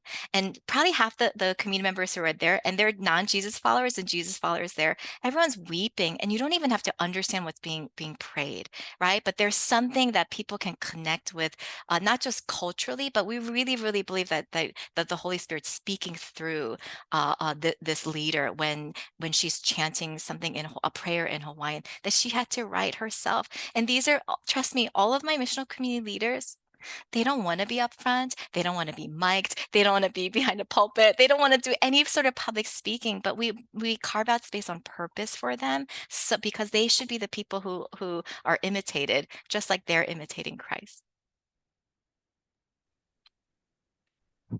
I have no words. On Man, it's my honor to welcome you, John. You lead the youth and e-groups ministries at Elevation Church, in addition to the gaming ministry which you founded. You provide coaching, consulting, and creative services for brands, businesses, and ministries alike. So you and I are going to have a chat on fresh paradigms of evangelism, impacting Generation Z, and building an online presence. So the opening question I've been asking everybody is, what is your Covo origin story? Like, was it the chicken or the egg? Like, what made you decide, you know what, I want to blend both a ministry job and a marketplace thing as well? What was the backstory there for you, John? Yeah, I think it was driving to the hospital after our first kid to beg for forgiveness for all of our medical bills because we couldn't afford to live. I mean, that really was it. We worked at the same church for my wife and I, Amanda, for 10 years. We started there as interns, making $50 a week. And we just loved Jesus and loved the church and were pumped about it. And we met a spouse along the way and we learned some skills along the way. And as we got older, we just didn't know you were supposed to ask for more money. We didn't know that you were supposed to, I remember the first actual paycheck I got, I went to Best Buy and bought an Xbox. I was like, I'm rich, and some of that ties into both my wife and I. We have this very peculiar commonality in that we were raised by our moms poor, but both of us have very wealthy dads that we never saw, and very occasionally got access to that affluence. And so I think some of that played into just growing up poor. We're like, oh my gosh, this is, and again, growing up poor, we didn't have it as bad as some have. I always want to preface that, but enough money to buy an Xbox at a paycheck seemed like a lot for me. So fast forward a few years, we became parents and we just realized the math wasn't mathing. And we were like, oh my gosh. And I really think, I love all my kids. My firstborn, one of our special connections always be, I think God really used her to wake me up to some really important aspects of life, and just the paternal instinct kicked in to say, no, I'm a provider. And then also to go, wait, isn't God? And wait, why wouldn't we take care of people in church? And so I'm not at that ministry assignment anymore and haven't been for a few years. But even since then, I've never wanted money to be the thing that makes ministry not possible for our family. I never want that to be the friction. And so my wife and I think that if we have other streams of income, whatever happens with ministry assignments, maybe God would call us to go take an assignment where the salary is low. I don't know that I would put that outside of him, or I don't know, but either way, we know that we're not going to put our family at risk because we're co-vocational. Yeah, I have a similar origin story. Yeah, just was always told like work at the church, trust God, it'll all come together. Then your first kid is born, and you were like, oh, okay, yeah, that paternal instinct, what you called it, very good phrasing. It kicks in. You realize, okay, I have to step it up here. I have to provide for this new child I just brought into the world, and that is so real, man. And I love what you also shared too, John. Like you're open to taking a church job that pays you less because you have other sources of income. Not many pastors can say that because they can't afford even a $5,000 pay cut, let alone a massive one because they're barely scraping by as is. Yeah, absolutely. And we've even, when we've talked about the idea of being senior pastor someday or planning a church or something along those lines, we see that in our 40s, which we're in our early to mid 30s, Right. for us. And then two, we feel that it's part of our calling that we would have really not a lot of financial pressure from the church for ourselves. We just think that we get excited, and obviously we don't know what we're talking about at all, but just the God dream and some of the wisdom it feels like behind going, what if we led a ministry where we didn't need finance from? Like, what if we could do it with multiple streams of income? And, we get excited about that in the future. Oh, it is exciting because what it does is it frees you up, man. And I think that one of the things that's worth calling out is like if like I'm from the Northeast, if I wanted to go get like a full-time salary job, like I probably would have to move to like Texas or Oklahoma or Alabama or Arkansas. And honestly, like I don't want to be that far from my family. I don't want to live in that culture, that context. It just sounds really tough. Whereas as a co-vocational leader, you have more freedom to say, you know what, I want to live here, I want to live there, I want to live close to family or far from family because my restrictions of vocation are much less limited as they would be if I only could do church work. That was my only option professionally. Absolutely. Yeah, man, it's good stuff. So I gotta tell you this: you're one of the people in my life that make me feel lazy. you you juggle a lot, you do a lot, you do it all well, with excellence. It's one of the things I really appreciate about you as a person. I'm kind of curious, man. Like, was that something you were always born with? Like kind of growing up with a mom who didn't have very much money, you always kind of had like the hustler's mentality, or is that something you adopted later in life? Yeah, I mean, I was very, I would say in a lot of the traditional ways as a, high school and middle school student, I was lazy. I had bad grades. I quit all the sports and everything. But when I look back, I see when I did lock on to something, I took it very seriously. And so for part of my, seventh grade to about 10th grade, that was video games. And I pursued a professional career in that before there was even social media, and my three like neighborhood best friends, Billy, Cody, and Chris, I mean, we devoted ourselves to the craft and tried to find sponsorships and go to, Kinko's and print things. I mean, it's so different than it is now. YouTube was barely coming out.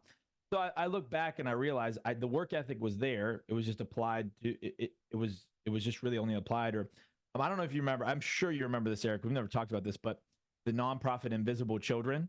You remember that at Oh all? yeah, I remember Yeah. that. Like they blew up, and the CEO had to like essentially make a mental breakdown. Yeah. Yeah. Well, prior to kind of the like the bad stuff, they had created these programs where, as a high schooler in the States, in Europe, you could bring them to your school if you got your principal's permission, and they do a school assembly. And so lazy C student John, who I could care less about algebra, none of these, all of a sudden I caught on fire for saying, like, people are making children into slave soldiers and we can do something about it. Let's do that. I organized. It was one of those calling moments. I keep it on my wall. I didn't have good enough grades to get into the National Honor Society, but because of the work that I did with Invisible Children, we were able to organize a rally and pack out our school on a Friday after school. That's when our principal gave us, Mr. Prizer, if you're watching this, should have given me a better time slot. I was expecting during school, but he says, you can do this, but after school on a Friday. And by the grace of God and a lot of hard work, we packed it out. And at the end of my senior year, I got an honorary award from the National Honor Society. So as a lazy student, I feel very proud of that. And so I think when I look backwards, I saw that. I think I mostly felt like a lazy person because of my grades. Talk about a cultural, stigma that, we need better definitions for. Similarly to that, I have bad handwriting and I can't cut straight and I can't draw. So I thought I was not an artist. And then I was 18 and I got my first MacBook and got Adobe. Oh my gosh. What do you know? When you put someone in a different environment, that might be more suited to them, you see different things flourish in them. And I mean, the last thing I'll say on that, Eric, is that my dad is an incredible entrepreneur. To a fault. Like that was part of our family of origin crisis, was that he just worked too much. But he has that drive. And so that's one of the things that I have, as I've started to see more success, that I've really tried to stay anchored in, is not falling into that same pitfall, because I do have a drive. When I see something, I can chase it down. I can put a lot of hours into it, but I don't want to repeat history here. Yeah, yeah. First of all, I love that story. I think it's amazing that the principal said Friday afternoon. That's like when you're speaking at a conference at the 1 p.m. slot. Like after Yeah. everyone ate lunch and it's just like, oh, I just don't want to be here. My Yeah. stomach hurt. Yeah, yeah. That's amazing. And what a really awesome testimony of your ability to say, I care about this. I'm going to commit a lot of energy to it. That's massive, man. I can relate. I was the same way. I was a C student, and I found things that I liked, and I put a lot of energy into them, and it worked out. But yeah, sitting in the classroom, and now that I'm an adult and a little more mature, I realize, you know what? Putting a teenage boy into a school and making him sit still for 8 hours a day, probably not the most effective way for that person to manage their energy and their time. Yeah.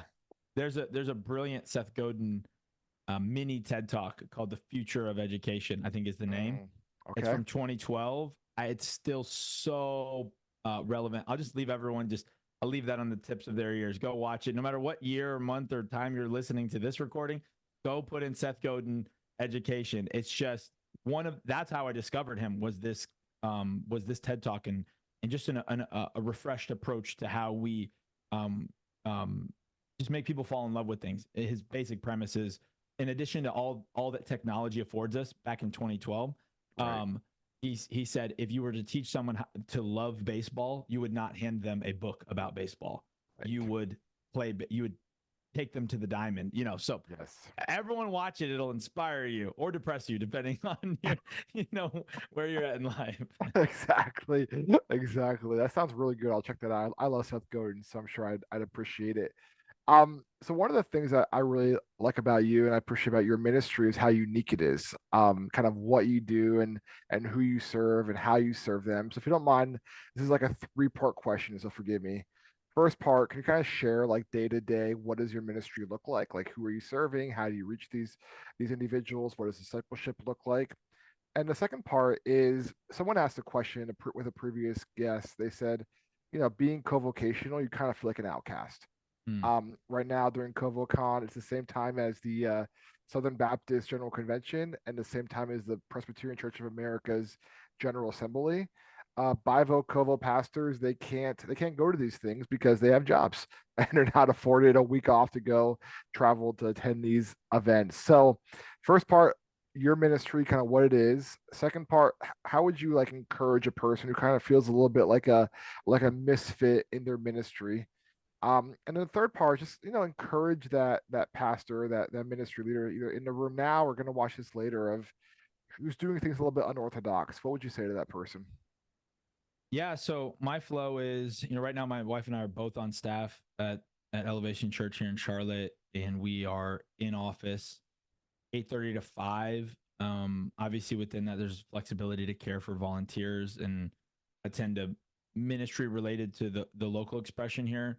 And then of course Sundays are normally, all time is 7 a.m. We normally get home around 2. And so early mornings, lunches, evenings, and then I take advantage of Fridays a lot. Saturday we do a pretty good job, unless I'm traveling, to just shut off work, and I don't schedule things. My Google Calendar is blocked off that day. But Fridays are some good, deep focused work. But one of the things I have appreciated about being on staff here is that there is a co-vocational spirit, whether it's from the graphic designers to the musicians to, and I think maybe a misnomer of large churches, right, wrong, or indifferent, they don't pay what people think they would.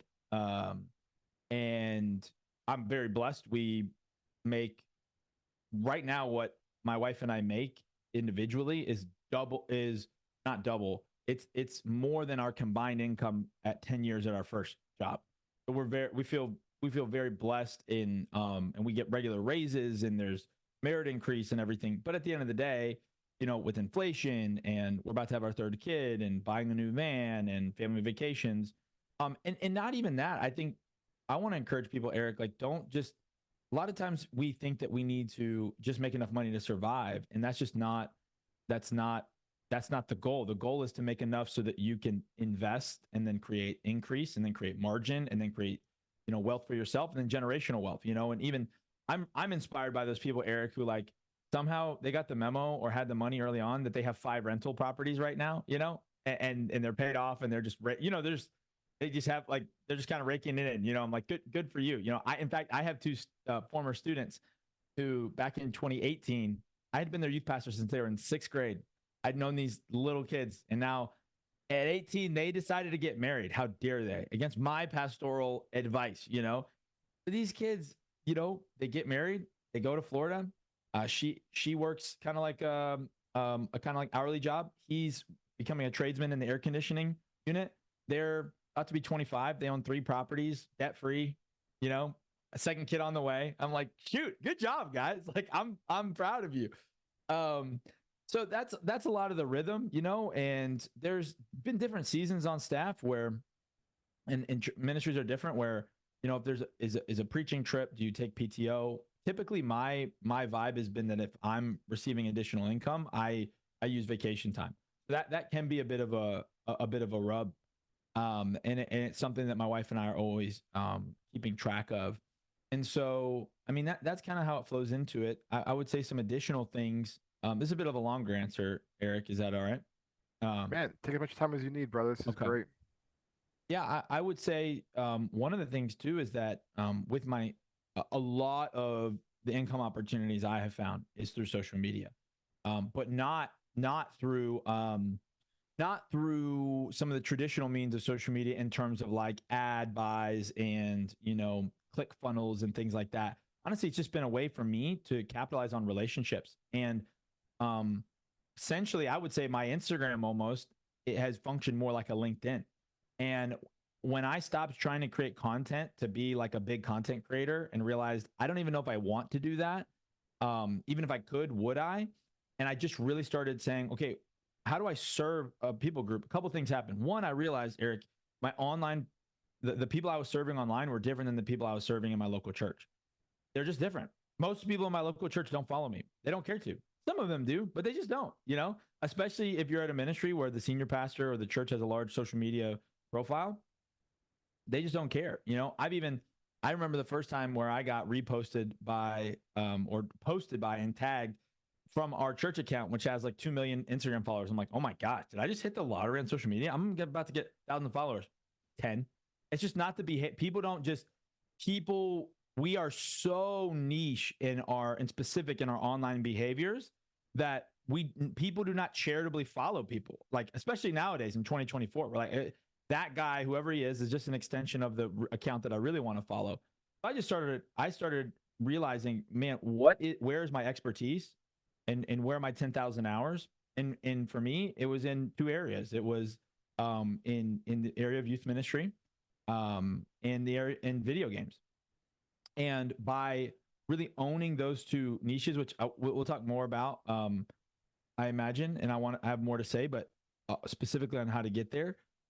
From those niches, I was able to add value because I had real expertise. You know, I'm 32. I've been doing this since I was 18. I have 14 years of youth ministry. I've seen every size of youth ministry. I've been to a lot. I can really help people. And so when I just started targeting my content, my business efforts towards that, when you serve people, there's opportunities to earn income, you know, and then you build case studies off of it. So as much as I love the internet, Eric, I'm kind of like a little not into like the ClickFunnels sell some course crap. That's not me. I'm like, I want to serve people. I want to provide a real tactile service. And probably what I'm running into now, you know, you say, I make you feel lazy. Well, I make myself feel exhausted. So I got to figure that out too. So I do need to create some margin. You know, my friend Taylor Ransom is a hilarious content creator. You know, he has the style of social media where he makes money. He makes money when he sleeps, is how he says it, because Meta is paying him, YouTube, et cetera, et cetera. So I need to get there with more of the things. However, just by owning my area of expertise, it allows me to add value to people. And I would say, if you don't have an area of expertise, you have to create one. We just have to. I just don't believe in this whole, like, how do we scam a buck off of somebody, you know, or like, I just think very quickly side hustles and co-vocational and all these things can be, how do I make as much money as I can fast? And I think any of us that have pastored for a while have all seen the wayward young man go through 5 different sales jobs, solar and insurance, and they just feel hollowed out inside because they never even wanted to do sales, and they don't want to have to pillage commission off of people. I'm not saying those are wrong. I'm just saying, unless you're built for that, you know, you're not going to feel as great about it. And so from those two primary expertise, though, and video games, same thing. I committed years of my life to figuring out like what the pro scene, what content creators do. Some of those merged, right? So like youth ministry video game tournaments and consulting for content started to be a thing. And then from those expertises, as I started getting into them, I started developing new expertises. So as I dove more into youth ministry, a lot of what I was saying regarding discipleship and leadership, well, there's a lot of crossover into young adult ministry. So then I start getting pulled on there. Now I start to envelop and unpack my portfolio, my expertise from one of my other expertises. Same thing with video games. I started, you know, getting into, you know, posting Fortnite content. Well, now I have, I don't know if it's quite expert level yet, but on the way to expert level understanding of TikTok and Snapchat and YouTube. And then you meet people, Eric. I mean, that's the best way to really advance your expertise, is you start to meet other experts and you build genuine relationships. I often get told that I'm a great networker. I hate that word because of the connotation it has in my head. There will even be times, Eric, where just when I have like a thought, oh, I need to text this person about this thing I need from them or this business idea, I just have a little check. You don't have to use it. I think it's from the Holy Spirit for me, but it's just a way to keep myself honest. If I haven't messaged that person in a while, I don't do it, and I send something personal, and I trust that the window of opportunity for that idea will make itself available in the next day, 2 days, 3 days, 7 days, because I just care that much about relationships. And I've just seen how much money and how much success flows from genuine relationships, not transactional networking. So I guess all of that has made me feel like an outcast, Eric. And I mean, the short version of that is, when I look around the world, at the end of the day, outcasts win the day. So I just want to win. And I just realized that it's the people that embrace their inner freak and their inner outcast that end up creating the cultural trends. I mean, what Freddie Mercury, you know, I mean, go down the Steve Jobs, like, you know, Jesus, what, you know, take that, Constantine, you the outsider running the government. Yeah. You know, So I just kind of noticed that a culture, especially now, especially Gen Z, it's like, yeah, the person who can owns their inner freak the most and sell out to it. Not only does that person probably take advantage of a niche that's not being executed on, but people are drawn to them because it gives them permission to do it too. So I think something about even video games for me is freeing to people, even if they're not a gamer, because there's a stigma around it, right? And yeah, I'm a professional, and I am a pro at what I do. And yes, I play Fortnite. And guess what? 76% of Americans do on a weekly basis. So yeah, I could go on and on, but I think that's a pretty good framework of how we approach it. No, I love that. And I think one of the mistakes I see a lot of pastors do when they try to find a side hustle or try to find ways to serve people is they're too generic, right? They're too bland. I can't tell you the number of times I've seen like pastor to consultant, and you go to like their LinkedIn. I'm a consultant. I'm a leadership consultant. It's like, well, that literally means nothing. And like, not to toot my own horn, but like the I help pastors get jobs idea, it makes sense because it's pretty clear. Like, okay, you help pastors get marketplace jobs. Like, you figure it out in about 10 seconds. And I think something you said earlier about the value of niches. One of our mutual friends, Anthony Carrad Jr., he says there's riches and niches. And I think there's such wisdom in that. So can you speak more about that, particularly for like the pastor who's like, man, I don't need the full-time job. I just need to make a couple grand on the side to supplement my income. But they're out there, trying to be a consultant or trying to be a thought leader on social media, and they can't get any traction because they're being way too generic. Yeah, I think that I want to push even deeper into the generic thing, and I want to humbly say that I think we're also just being lazy. I think and this is some of what my counselor, shout out Adam, some pastors in my life, what my wife, what some friends, what I've unpacked with God, is some of these things. Is I've realized the weird thing about lacking or being financially stressed is it actually makes most people more entitled. And then you add the ministry thing to it, and we start thinking God or the universe or people owe us. And so and then we're tired. And so we come with this generic idea. We're like, consulting. I freaking did this for 15 years. I don't have any money to show for it. Now's my time. They better listen to me. That's not the heart of someone who is providing a service. And I think it's so interesting. It's a good reminder for us. Jesus calls us all to be servants. Servants provide service. And I think that's why we can never get past the idea that all good business is providing a service. It's serving people. It's a service. Now, is it always serving the right needs and the healthy needs? If you expand out into all the world, no. But we have the opportunity to serve people in their needs. One of the things that drives me, is like when I used to listen to Andy Stanley a lot, like he said, he would always say, we have to answer questions people are asking. And I think that is it's just always rung true to me. And so I've tried to apply that in everything in life. I was thinking specifically about this, Eric, before this. And what I've realized is owning my niches. I am pretty much every time embracing something I'm embarrassed by. And there's normally these things that we're almost embarrassed by it. And so here are some of the things, like for me, video games. You play video games. You are 30. You play video. There's this thing in my head. I had a supervisor one time at a former job. It's unbecoming of a youth pastor to post about video games. Imagine, I think that was said in like 2015. I'm like, what?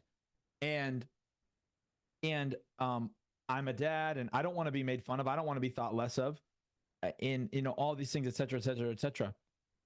And so I held back for years, Eric. I held back. And then all of a sudden I'm like, wait, that NFL player plays Call of Duty. Wait, that kid became famous by meeting LeBron James playing NBA 2K. Wait, Gary Vee just invested in an esports team. Wait. And then I realized that all of a sudden the world is embracing what I was embarrassed by. And I'm like, I better hurry up. And I've just found the other one is youth ministry. in my circle, especially like, the arc, like there, it's like the thing is like everyone's trying to be Carl Lentz, if you're familiar with that name, anyone listening, it's like you got to plant when you're 23 and, you got to be hot and you got to go for it, and it's like some of the bad side of that is that people stay in youth ministry for 6 months, and youth ministry in my part of the church world is like a stepping stone. There's a part of me that's like, in my heart, I'm like, you're 30 and you're still in youth ministry. I'm embarrassed by that. But when I started embracing what I was embarrassed by, I realized that's an expertise. Yeah, I've been doing this. And guess what? Since everyone else is embarrassed by it, I'm the only one. And I think within ministry, video games, that's been a big one. There's still so many people are embarrassed. The amount of people, Eric, that I know that play video games that even openly mock it from the pulpit, it's a weird thing. And I go, you can okay, do that, but I'm going to embrace it. And that's where the niche comes out. Right now, even, a little funny thing could get me flamed depending on who's listening. But I organized with a group of guys. We took communion in Fortnite, and that clip is steaming on its way to 1 million views right now, and starting a lot of conversations. My favorite comments are like, tell me you're a Protestant without telling me you're a Protestant, and it is in no way, shape, or form me trying to demean the elements, rather just and I put that in the comments and everything, but rather creating a conversation starter, around it. And so it's just reaching a lot of people. And I really think that would be my addition to the niche conversation is saying, I think oftentimes it's something that you're embarrassed by, because you're still doing that, but what you're embarrassed by on the other side of that is probably something that's so unique, it would give you the advantage. Man, that is so good. And I've heard similar advice. I've given similar advice that some of the best opportunities that we have in ministry and vocation is challenges we've overcome, right? Same sort of deal. Like the dark side of our lives, that's really where God wants to work and where God wants to work through us. But it's actually embracing them and accepting them. And man, I don't know, John, anybody that says, "Oh, you're still in youth ministry," like they're idiots. Are you kidding me? Like, you know how hard it is to be a teenager in 2024? Like, I'm really, really grateful that I grew up in like the 90s and early 2000s before smartphones, before any of that, because my kids are the same age as your kids, John. Like they're still pre iPhone, but my friends who have 15, 16-year-old kids, it's tough out here in these streets. So God bless you, man, for the work you're doing. So I got one more question, then we'll open up the floor. Um, like what are you learning and like what advice do you have for pastors listening to this who are praying for and concerned for and trying to impact the younger generation, let's say like 20 years old and younger in 2024, but Gen Z more or less. I would say, especially for this audience, co-vocation makes sense to them. These are people that, by and large, Gen Z they want a lot of opportunities. They want options, and I think they like I think they like that. I think my students, the people that are on my team, my staff are even inspired by it. And I think that one of the things that we can do for Gen Z is continue to create and model sustainable multiple forms of income. One of the things that I'm so passionate about it is I don't spend a lot of time thinking about like negative meta scenarios. I do. I think about micro scenarios in my life, but one of the things that I have just reasoned is like, as a co-vocational minister, yes, it would be tragic if 501c3 or housing allowance laws change in our country.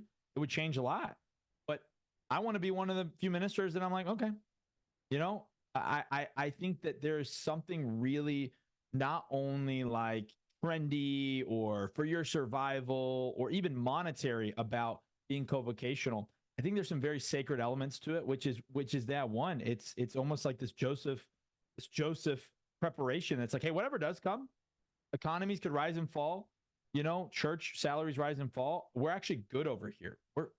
We're gonna build our family in such a way that we can preach the gospel, we can minister to people. The other sacred element that I find about co-vocational ministry, Eric, is the connection it forces with everyday people. My favorite parts of co-vocational ministry are my clients in the jobs that are not Christians. It's just it is so reinvigorating, and a lot of these people are like, if people are listening and they are co-vocational ministers, like, duh.